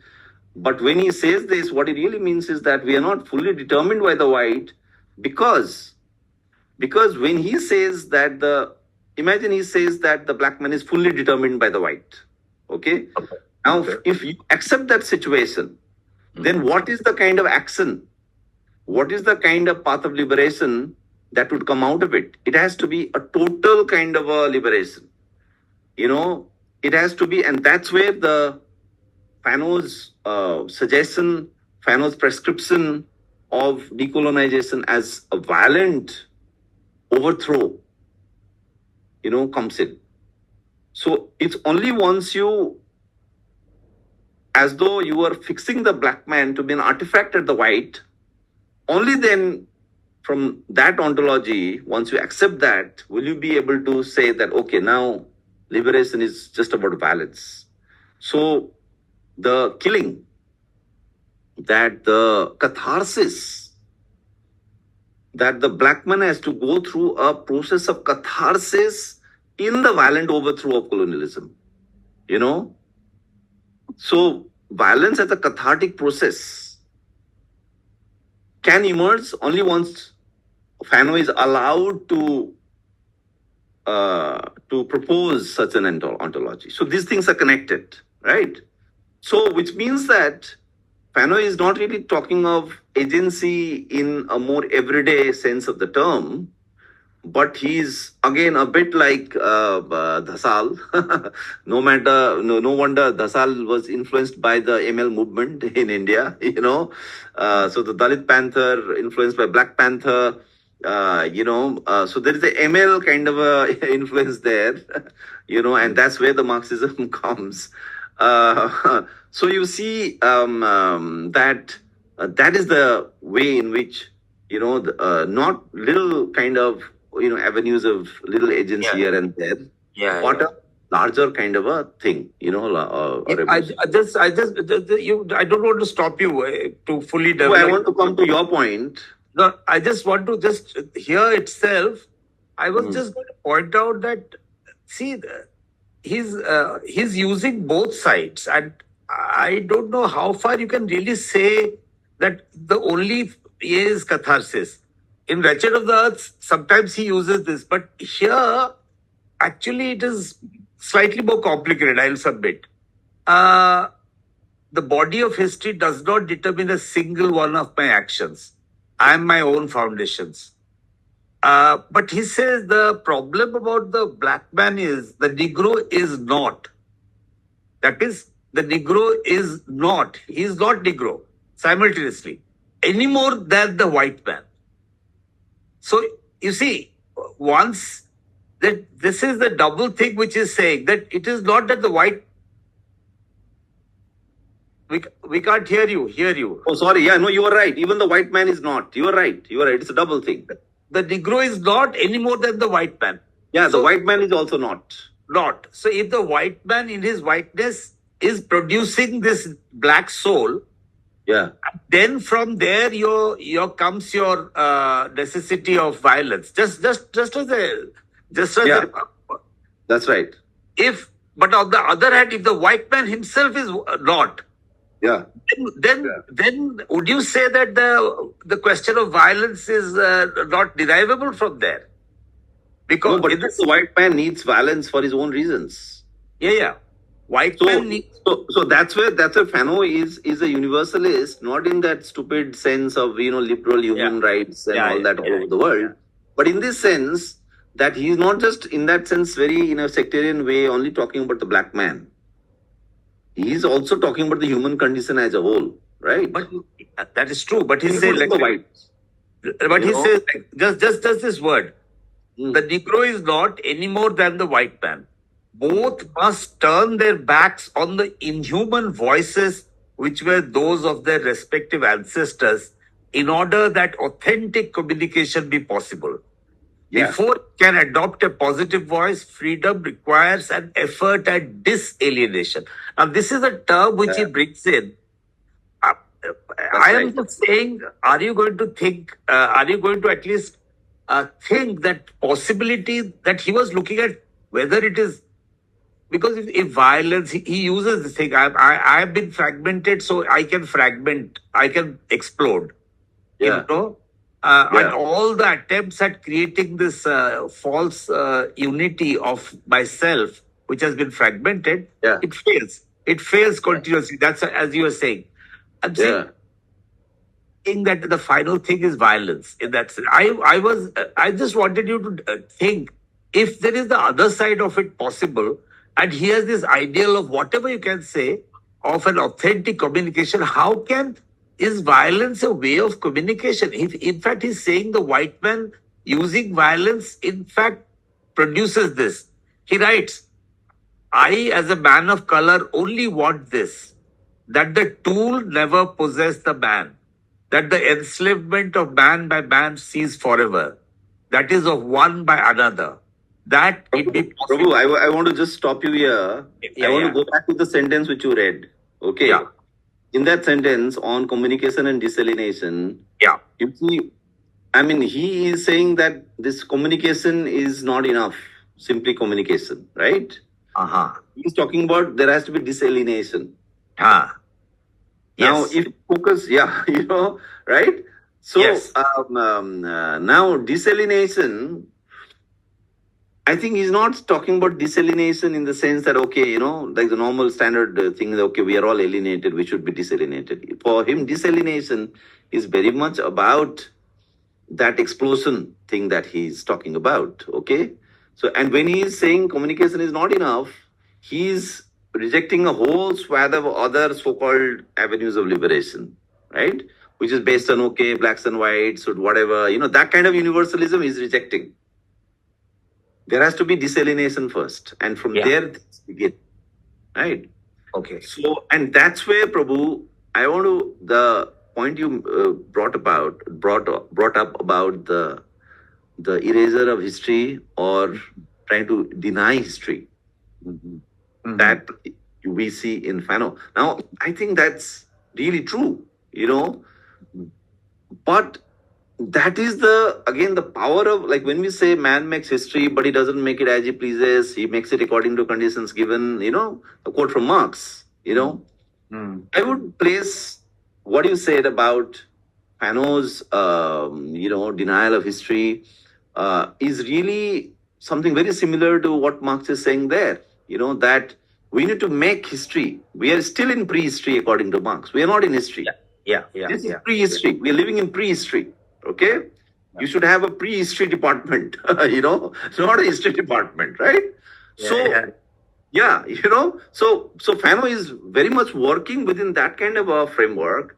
So when he's erasing history, when he's denying history, he's saying history is yet to begin of conscious human beings where we are able to determine our own destiny, our own fate, and that's where when we accept something which looks so negative in Fanon, as in he's rejecting history or he's just talking about violence and all of that, it is at the same time such a positive possibility, and that's where, as I was telling you early on, I want to read Fanon almost literally, not metaphorically, right? And that's where the power of Fanon's thoughts, really come to us. All right. I think we'll have some difference in the way you were drawing that conclusion. I am still not convinced about it, but we'll go on. I just want to just one line, and then you can others can think about it. It is through this is again towards the end, and Sunny, since you read the conclusion and the chapter before that, I also would like your take on it. You see, he was the chapter before the conclusion. He's discussing the superiority inferiority, Adler's theory. Theory of another branch of psychoanalysis which based on superiority inferiority, and he shows the problem or the issues which are and in fact there is where he talks about this gradation within that. I am Antilleans are what Sunny talked about, that I am more white or I am less black than the other guy. So, which is, you can say, the Dalit or any other community will say, I'm still superior to that guy, Balas from Malaga, or whatever we have, things like that. But you can say that. He ends with this. It is through the effort to recapture the self and scrutinize the self. It is through the lasting tension of their freedom that means he's not saying, see, I think Saroj, you had said very clearly, and I agree. It is not emancipation versus slavery. It's that as if once you are emancipated, you will have that. He looks at the lasting tension of their freedom. Emancipation is not immediate. It doesn't happen that moment your things, your see, everyone knows about. He used Santo Domingo, Haiti. We know that Haiti was a great thing which happened in there, but it immediately got into another rut.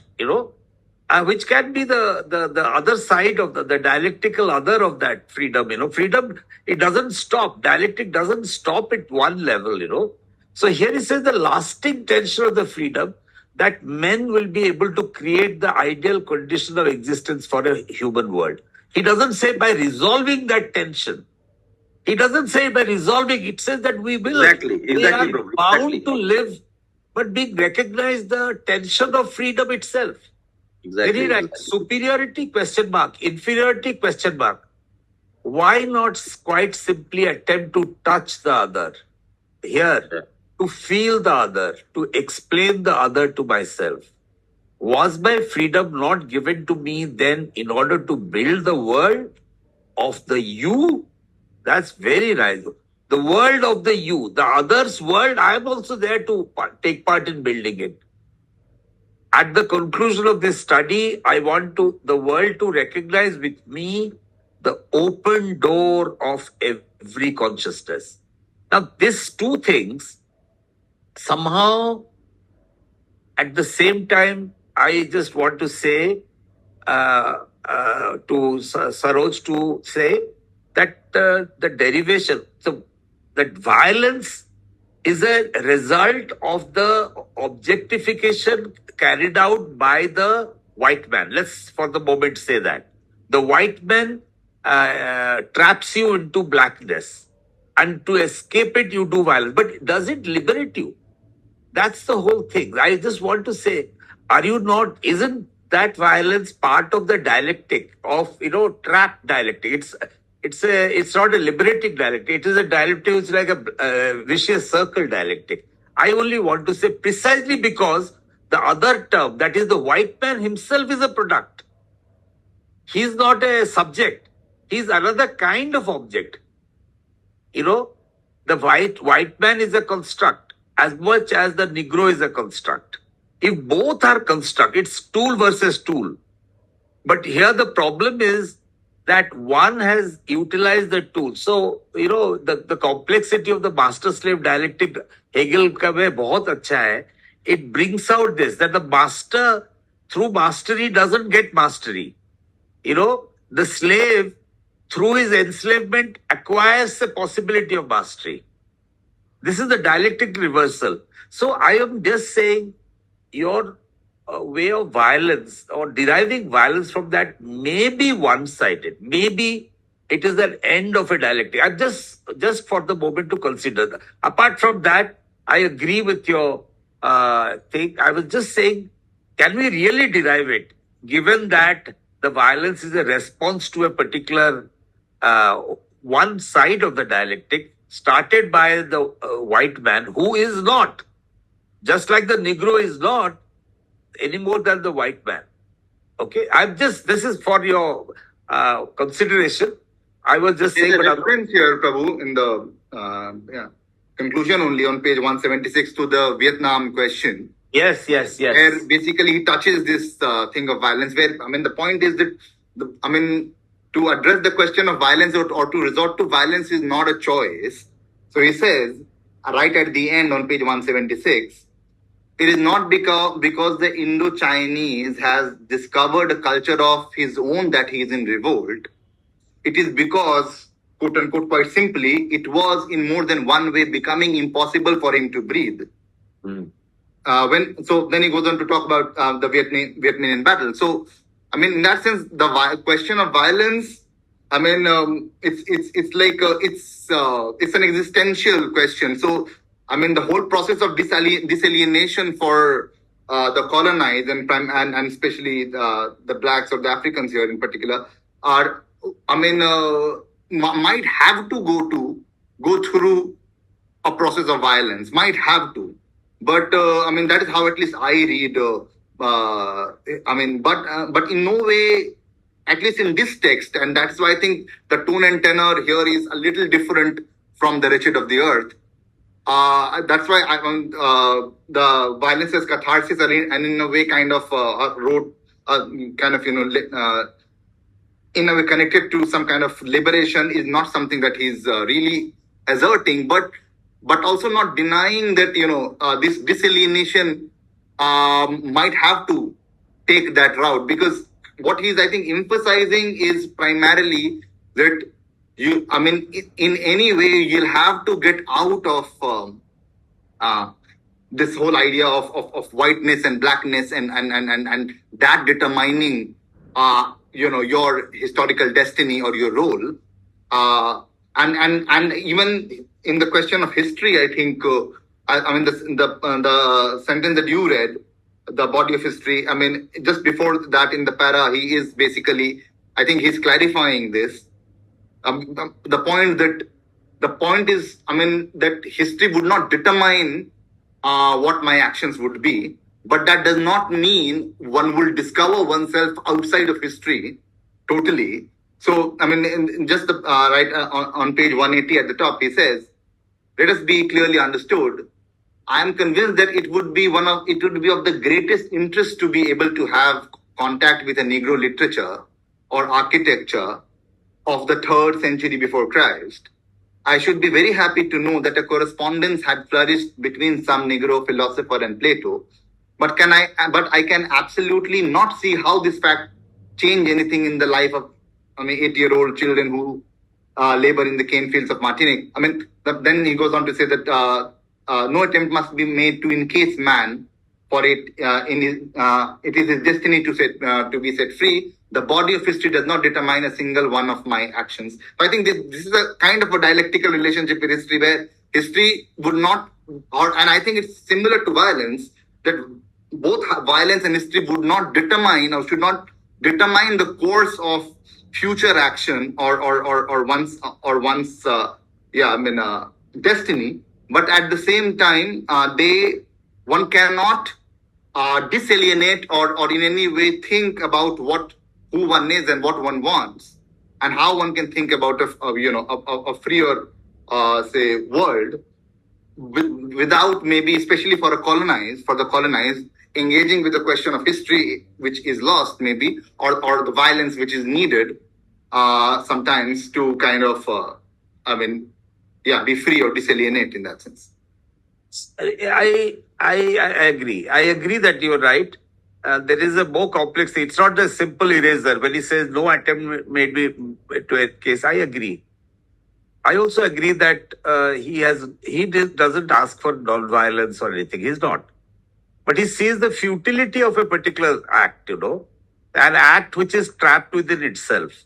Both has, the futility of going to the golden age, the golden past, and the futility of that violence also. In some sense, my feeling would be that they are part of a, let's say, blocked dialectic. They only repeat themselves. They don't evolve. That kind of going back to the Aryan past or mythic past is a blocked dialectic. It is the human relationship which he is talking about. He's saying, he uses the word historical instrumental hypothesis. It is by going beyond historical, instrumental.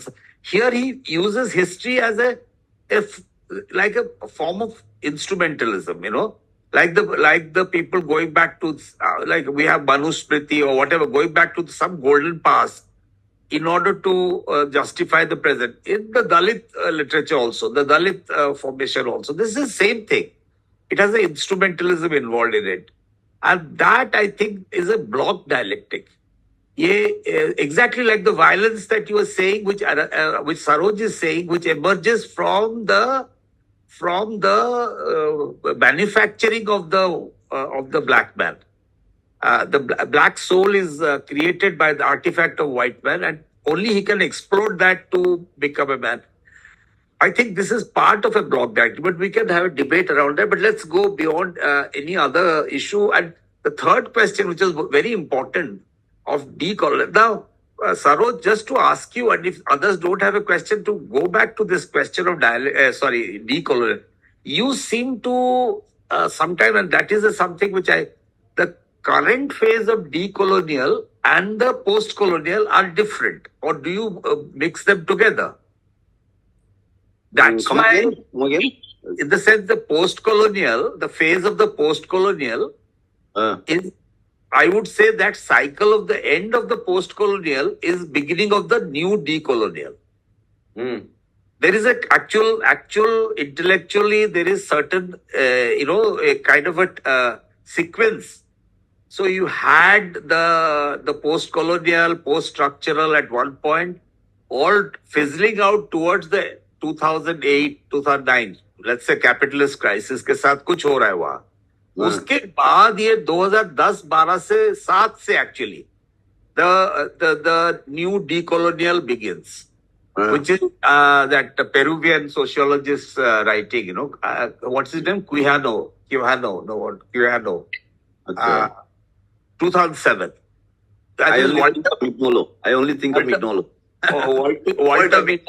Walter Minolo, and before that was Albert Quijano, who's this considered big. Now they distinguish themselves from the post-colonial as much as from the colonial. So the decolonial is something like a post-colonial. Yeah. Okay. No, it is some. Prabhu, what I would say is, just to bring things much closer to the kind of things that we encounter these days. If you go to Amazon, bestseller lists and all that on history. It's something which, big historians, they call it global history, and so I will not say that guy who wrote on the Ottomans, right? Selim, huh? Right? What is his name? Selim. Yeah, so they call it a Salim Gate ho gaya, like a Watergate scandal. So the way global history is being done today, all of that. Now, but my thing is that, and I'm putting... Excuse me, can I interrupt? Yeah. So, can we, before you speak again, can we ask everyone if they want to add to something that you have already absolutely discussed? That would be great.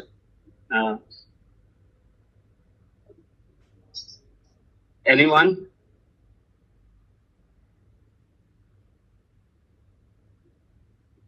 Can I just quickly just add to something what Prabhu said right now, and that's something that I was constantly thinking while reading this text. So I mean,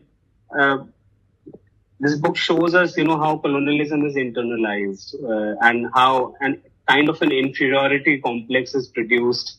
Where at one hand we see Black people, they are emulating the oppressors, or they are trying to prove, that they are worthy of, their respect or the richness of their thought, as he says, or equal value of their intellect. So there are these two-pronged kind of things that comes in. And, but what we have constantly been discussing, either the Black man, on one hand, the Black man is kind of trapped in his blackness and the white man is trapped in his whiteness. And so this is kind of a dual narcissism that he talks about. But while white men kind of internalize their superiority, we see as a result of colonialism, what we see is the Black man internalizes there's kind of inferiority that is internalized by the Black person. So the Black person always aspires to be white, and it is in this context, and this is a kind of a theme that runs parallelly throughout the various chapters that I was reading. This idea of decolonizing the mind. There's this constant, that what is decolonizing the mind? Where you see he's talking about, how there's a decolonization of the political economic structures, about, reasserting, reclaiming one's authentic cultural identity, rejecting the psychological chains, all these kinds of ideas, coming in, where basically it's about evolving through, evolving out of those structures of which colonialism has reproduced and produced this kind of blackness. And this is kind of a central theme, in this work. But then as Prabhu was saying, and I kept thinking that what Fanon was saying about decolonization then, and how do we see the process of decolonization that is happening now? And how has global history, which is, this is platform, how has global history taken up this mantle, and how does global history fit in this kind of conversation so I think, on one hand, one thing that comes out very clearly is when Fanon is talking about decolonization, he's talking about people taking up the mantle, people decolonizing, and we talked about Guiano and Mignolo, and they are, of course, talking about intellectual decolonization. But what do we think about political or state-oriented processes of decolonization, and how does this three, kind of, vary, or maybe you can talk about that. So intellectual decolonization, political oriented or state oriented decolonization task, and this decolonization through decolonization of the mind and decolonization through people taking up the mantle. So these three processes, are they, what's the connection and how do you see them? And that's where probably you can find answers to what was decolonization prior to, say, 2008, if Prabhu says that, or even before, and what decolonization we see today. What are the processes of decolonization, or what are the forms in which we see this whole bandwagon of decoloniality that has come up intellectually or... Can I come in here with this? Yeah. No, I think, okay, you are getting frozen. Your video is frozen at my end. What I was saying was to the state-related decolonization that you mentioned. I think I would say that The Nature of the Earth is a text where he really engages with that. And of course, he talks in terms of, the classes. So the national bourgeoisie, what it does, and the national bourgeoisie, how it kind of gets into this negritude, trying to do this kind of Pan-Africanism. Mm-hmm. He critiques that.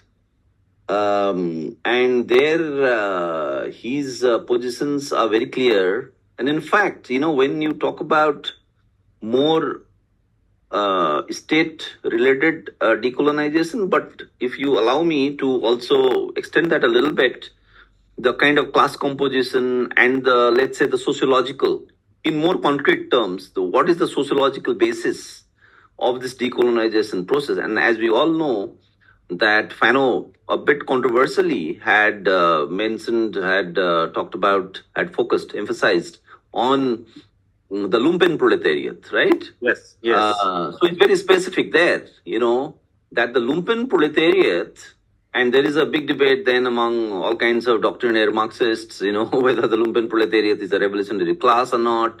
But Fanon definitely talks about the lumpen proletariat. And in fact, today, now, of course, I will jump the gun here, so just bear with me.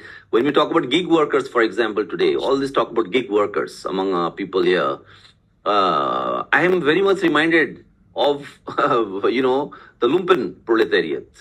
So the gig workers, or now, this season is where now you will have all these Kanwadiyas coming. Now, a lot of people have said that the Kanwadiyas are actually lower caste people. They are working class people. People on the left should not be this kind of snooty, elitist kind of thing. Oh, these Kanwadiyas are dirtying the city. Look, they are all racist, right-wing people. But if you look at them in terms of class composition, who knows? This is the lumpen proletariat you're talking about, right? So, so he's very, very concrete there again.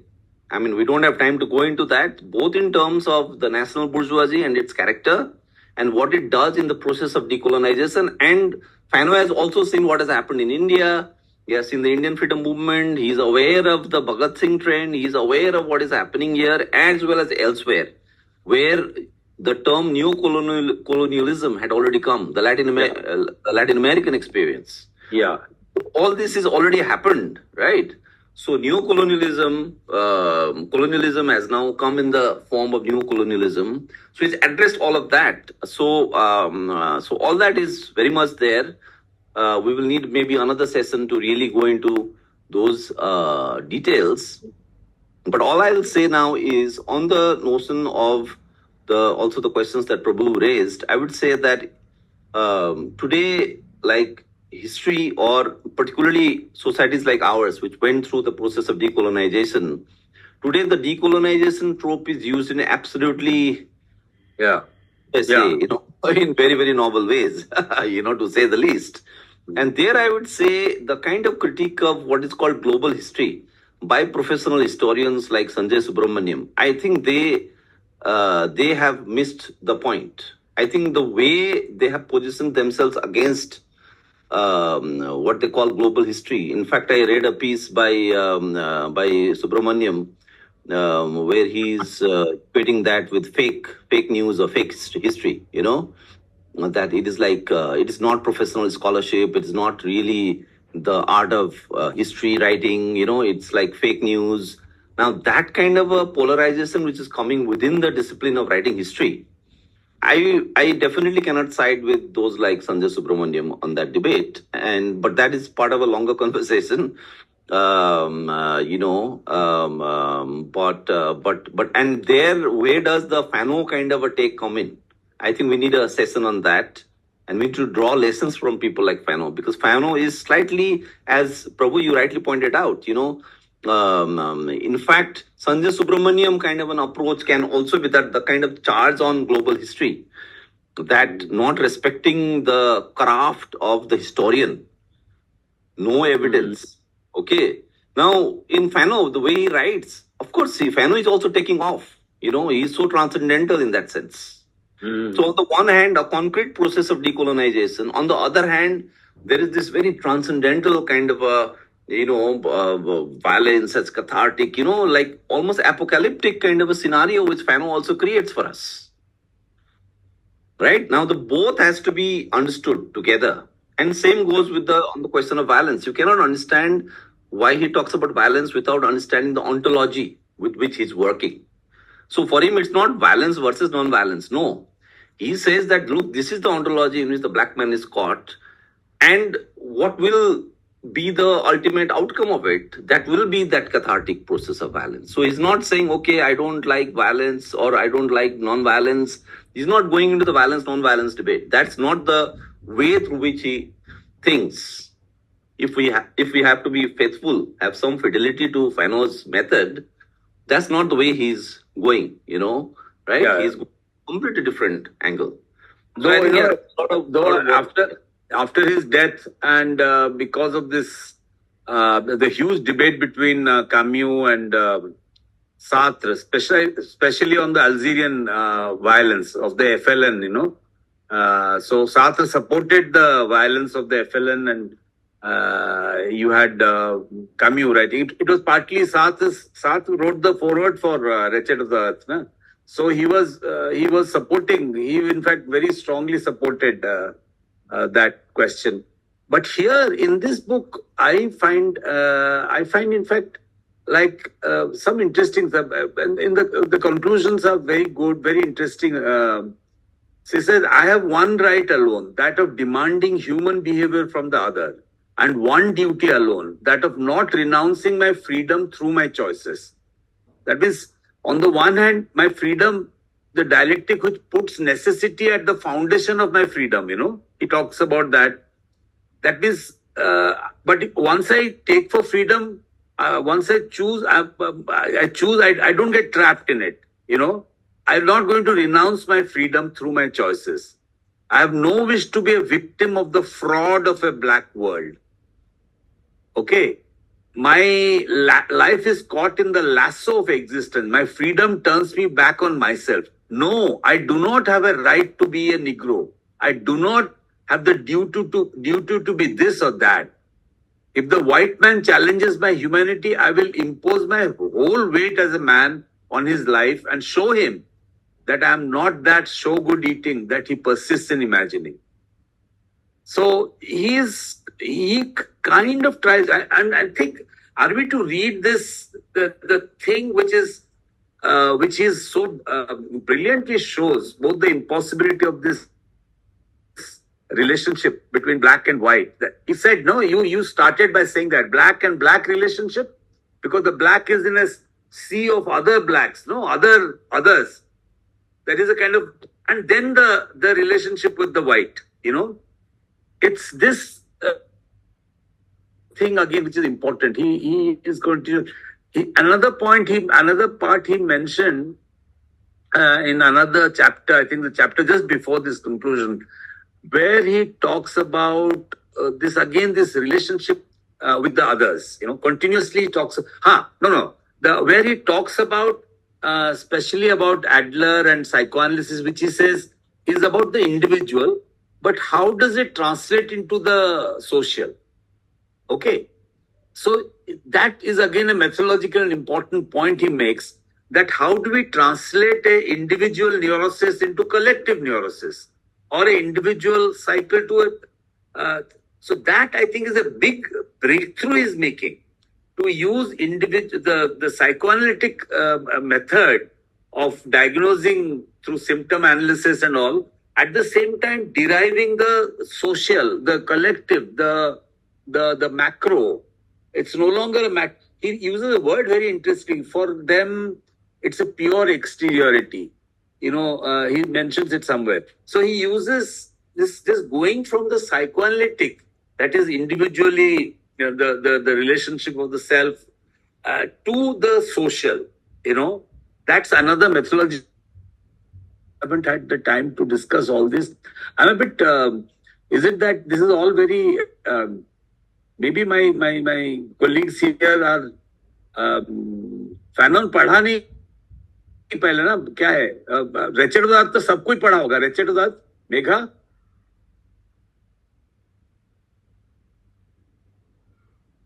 hello, have they gone or what?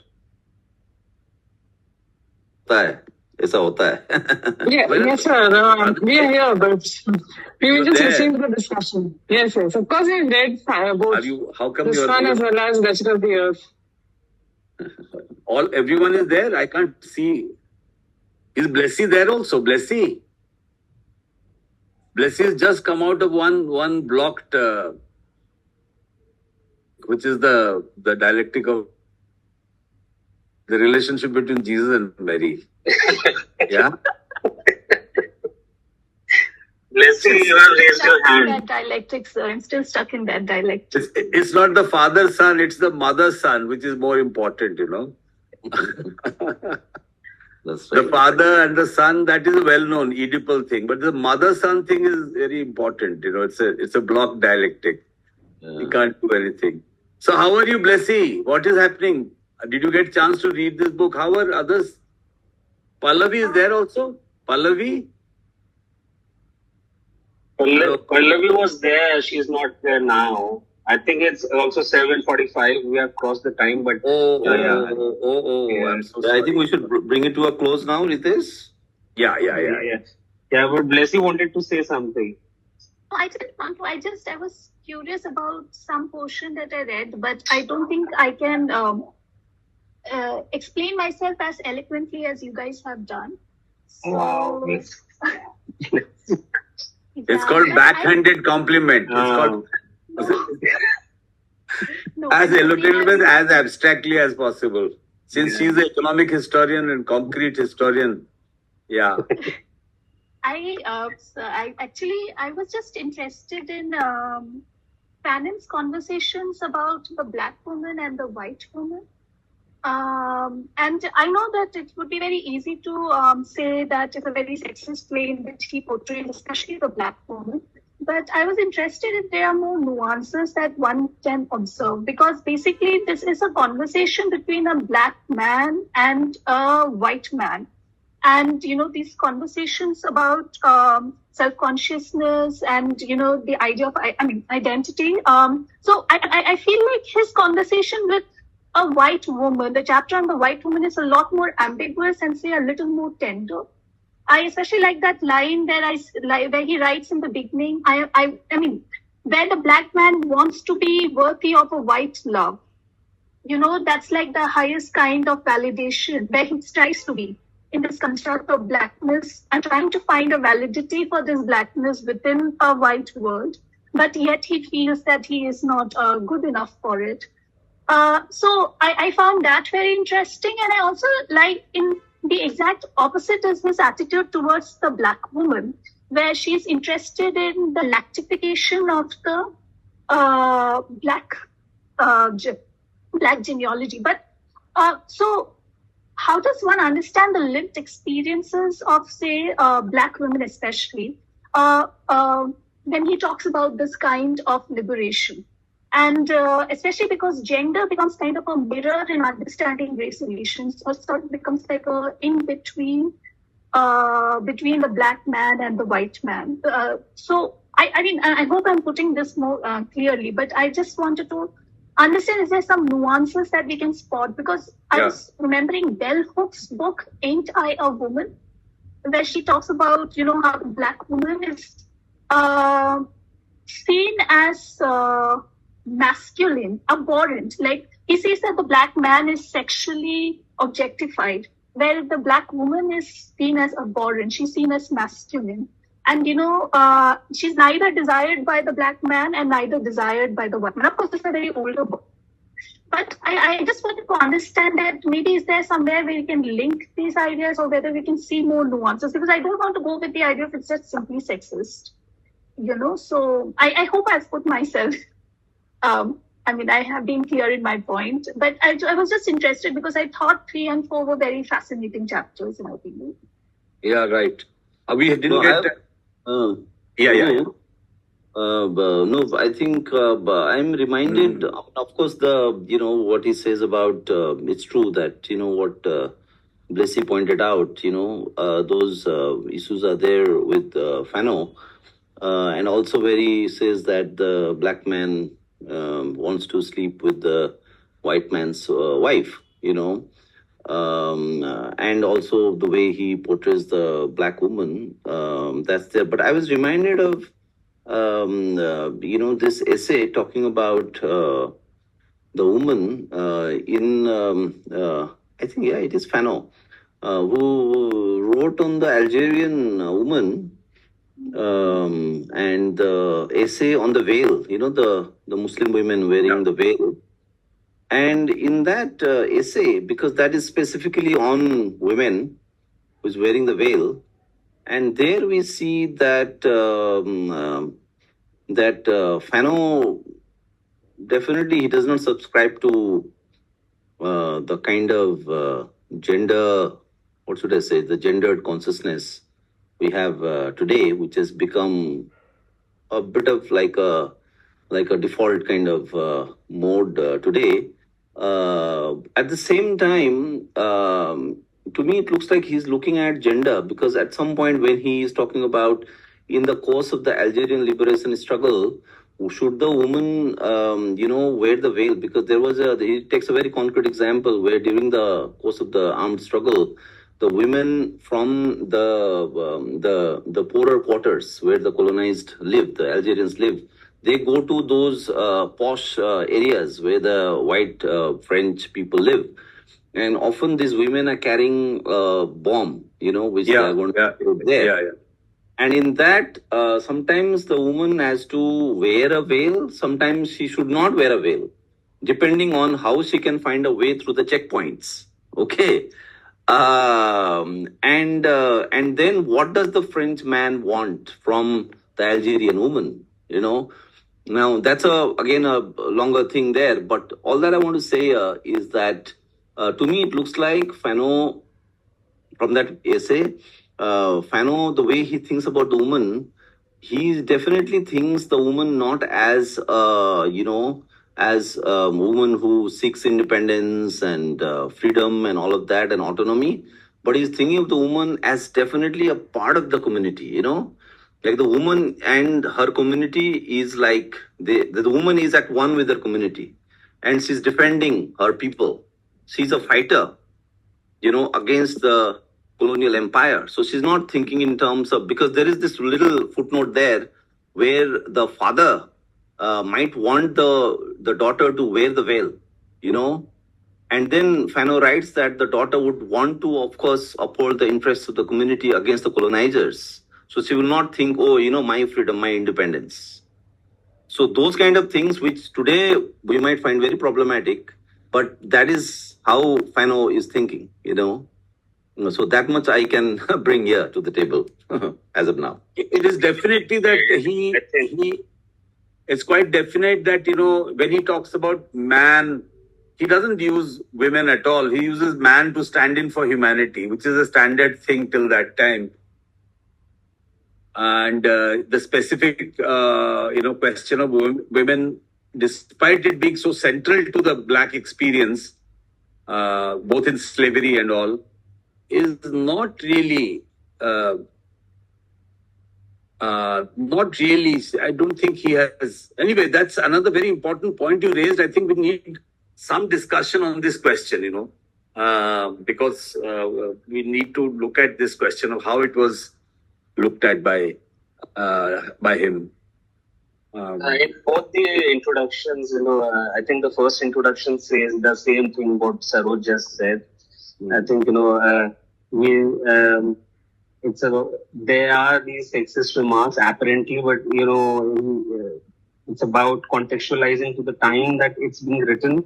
Also in the second one, I think the article that you're talking about is Algeria Unveiled, where he's talking about the veil, women's veil, as not only, you know, how it emerges as a sign of resistance, but also camouflaging and all that things, you know, where veils were used to conceal bombs and, you know, kind of grenades and attacks. And so women's participation in the revolutionary struggle as a part of the larger community struggle thing. Okay. Thank you very much. Sunny, are you still there? Yes, Prabhu, yeah. Sunny, you can read the epitaph of this discussion. I think anyone else who's... Hiral is there? Hiral? Anyone? One of them, please. Hiral? Or Megha? Megha. Hiral is not there. Hiral... Yeah. Hiral has come.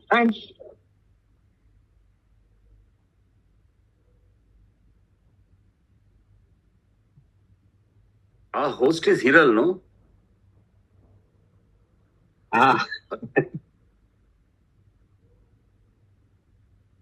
Hiral is the host. I think Hiral just sent a WhatsApp text saying she's leaving, but the WhatsApp will remain functional. Okay, Hiral. All right.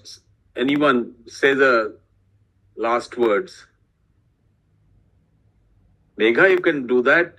Muiva, Megha, some of the founders of this group can do this. Muiva, do you want to add something? I'm sorry, I'm outside, so there might be some noise, but... No, I have nothing to add. Ritesh, you can wrap it up. As in, if there's anything, are we meeting after this session? Is there anything to talk? All right. Anyway, so without much ado, let me do it. That if Megha and all are feeling so shy, Megha, just to say thank you to Saroj. Yes, sir. Thank you to say Saroj. Just say that. Yeah. All that requires is being generous to our, you know, he is being so generous. That I'm really thank you. Yeah, Megha, please. So thank you so much for a very elaborate and a very detailed and a very thought-provoking discussion on not only of reading Fanon during the time it was written, but also contemporary relevance it may hold, as well as for the future questions on global connections that emerge out of it, as well as for a vigorous discussion that follows from it. Thank you, I hear everyone. all of you. And- I can't hear. And especially to Dr. Giri. Okay, thank you so much. Thank you so much. We are, of course, we work in the same building, so we'll see you, all of you, in person. So thank you so much. Thank you. I'll take a leave. Thank you so much, Saroj. Thank you very Thank much. you. Thank you. Thank you for Thank being so kind and so taking really genuinely. We would like to involve you more and we'll like to learn from you.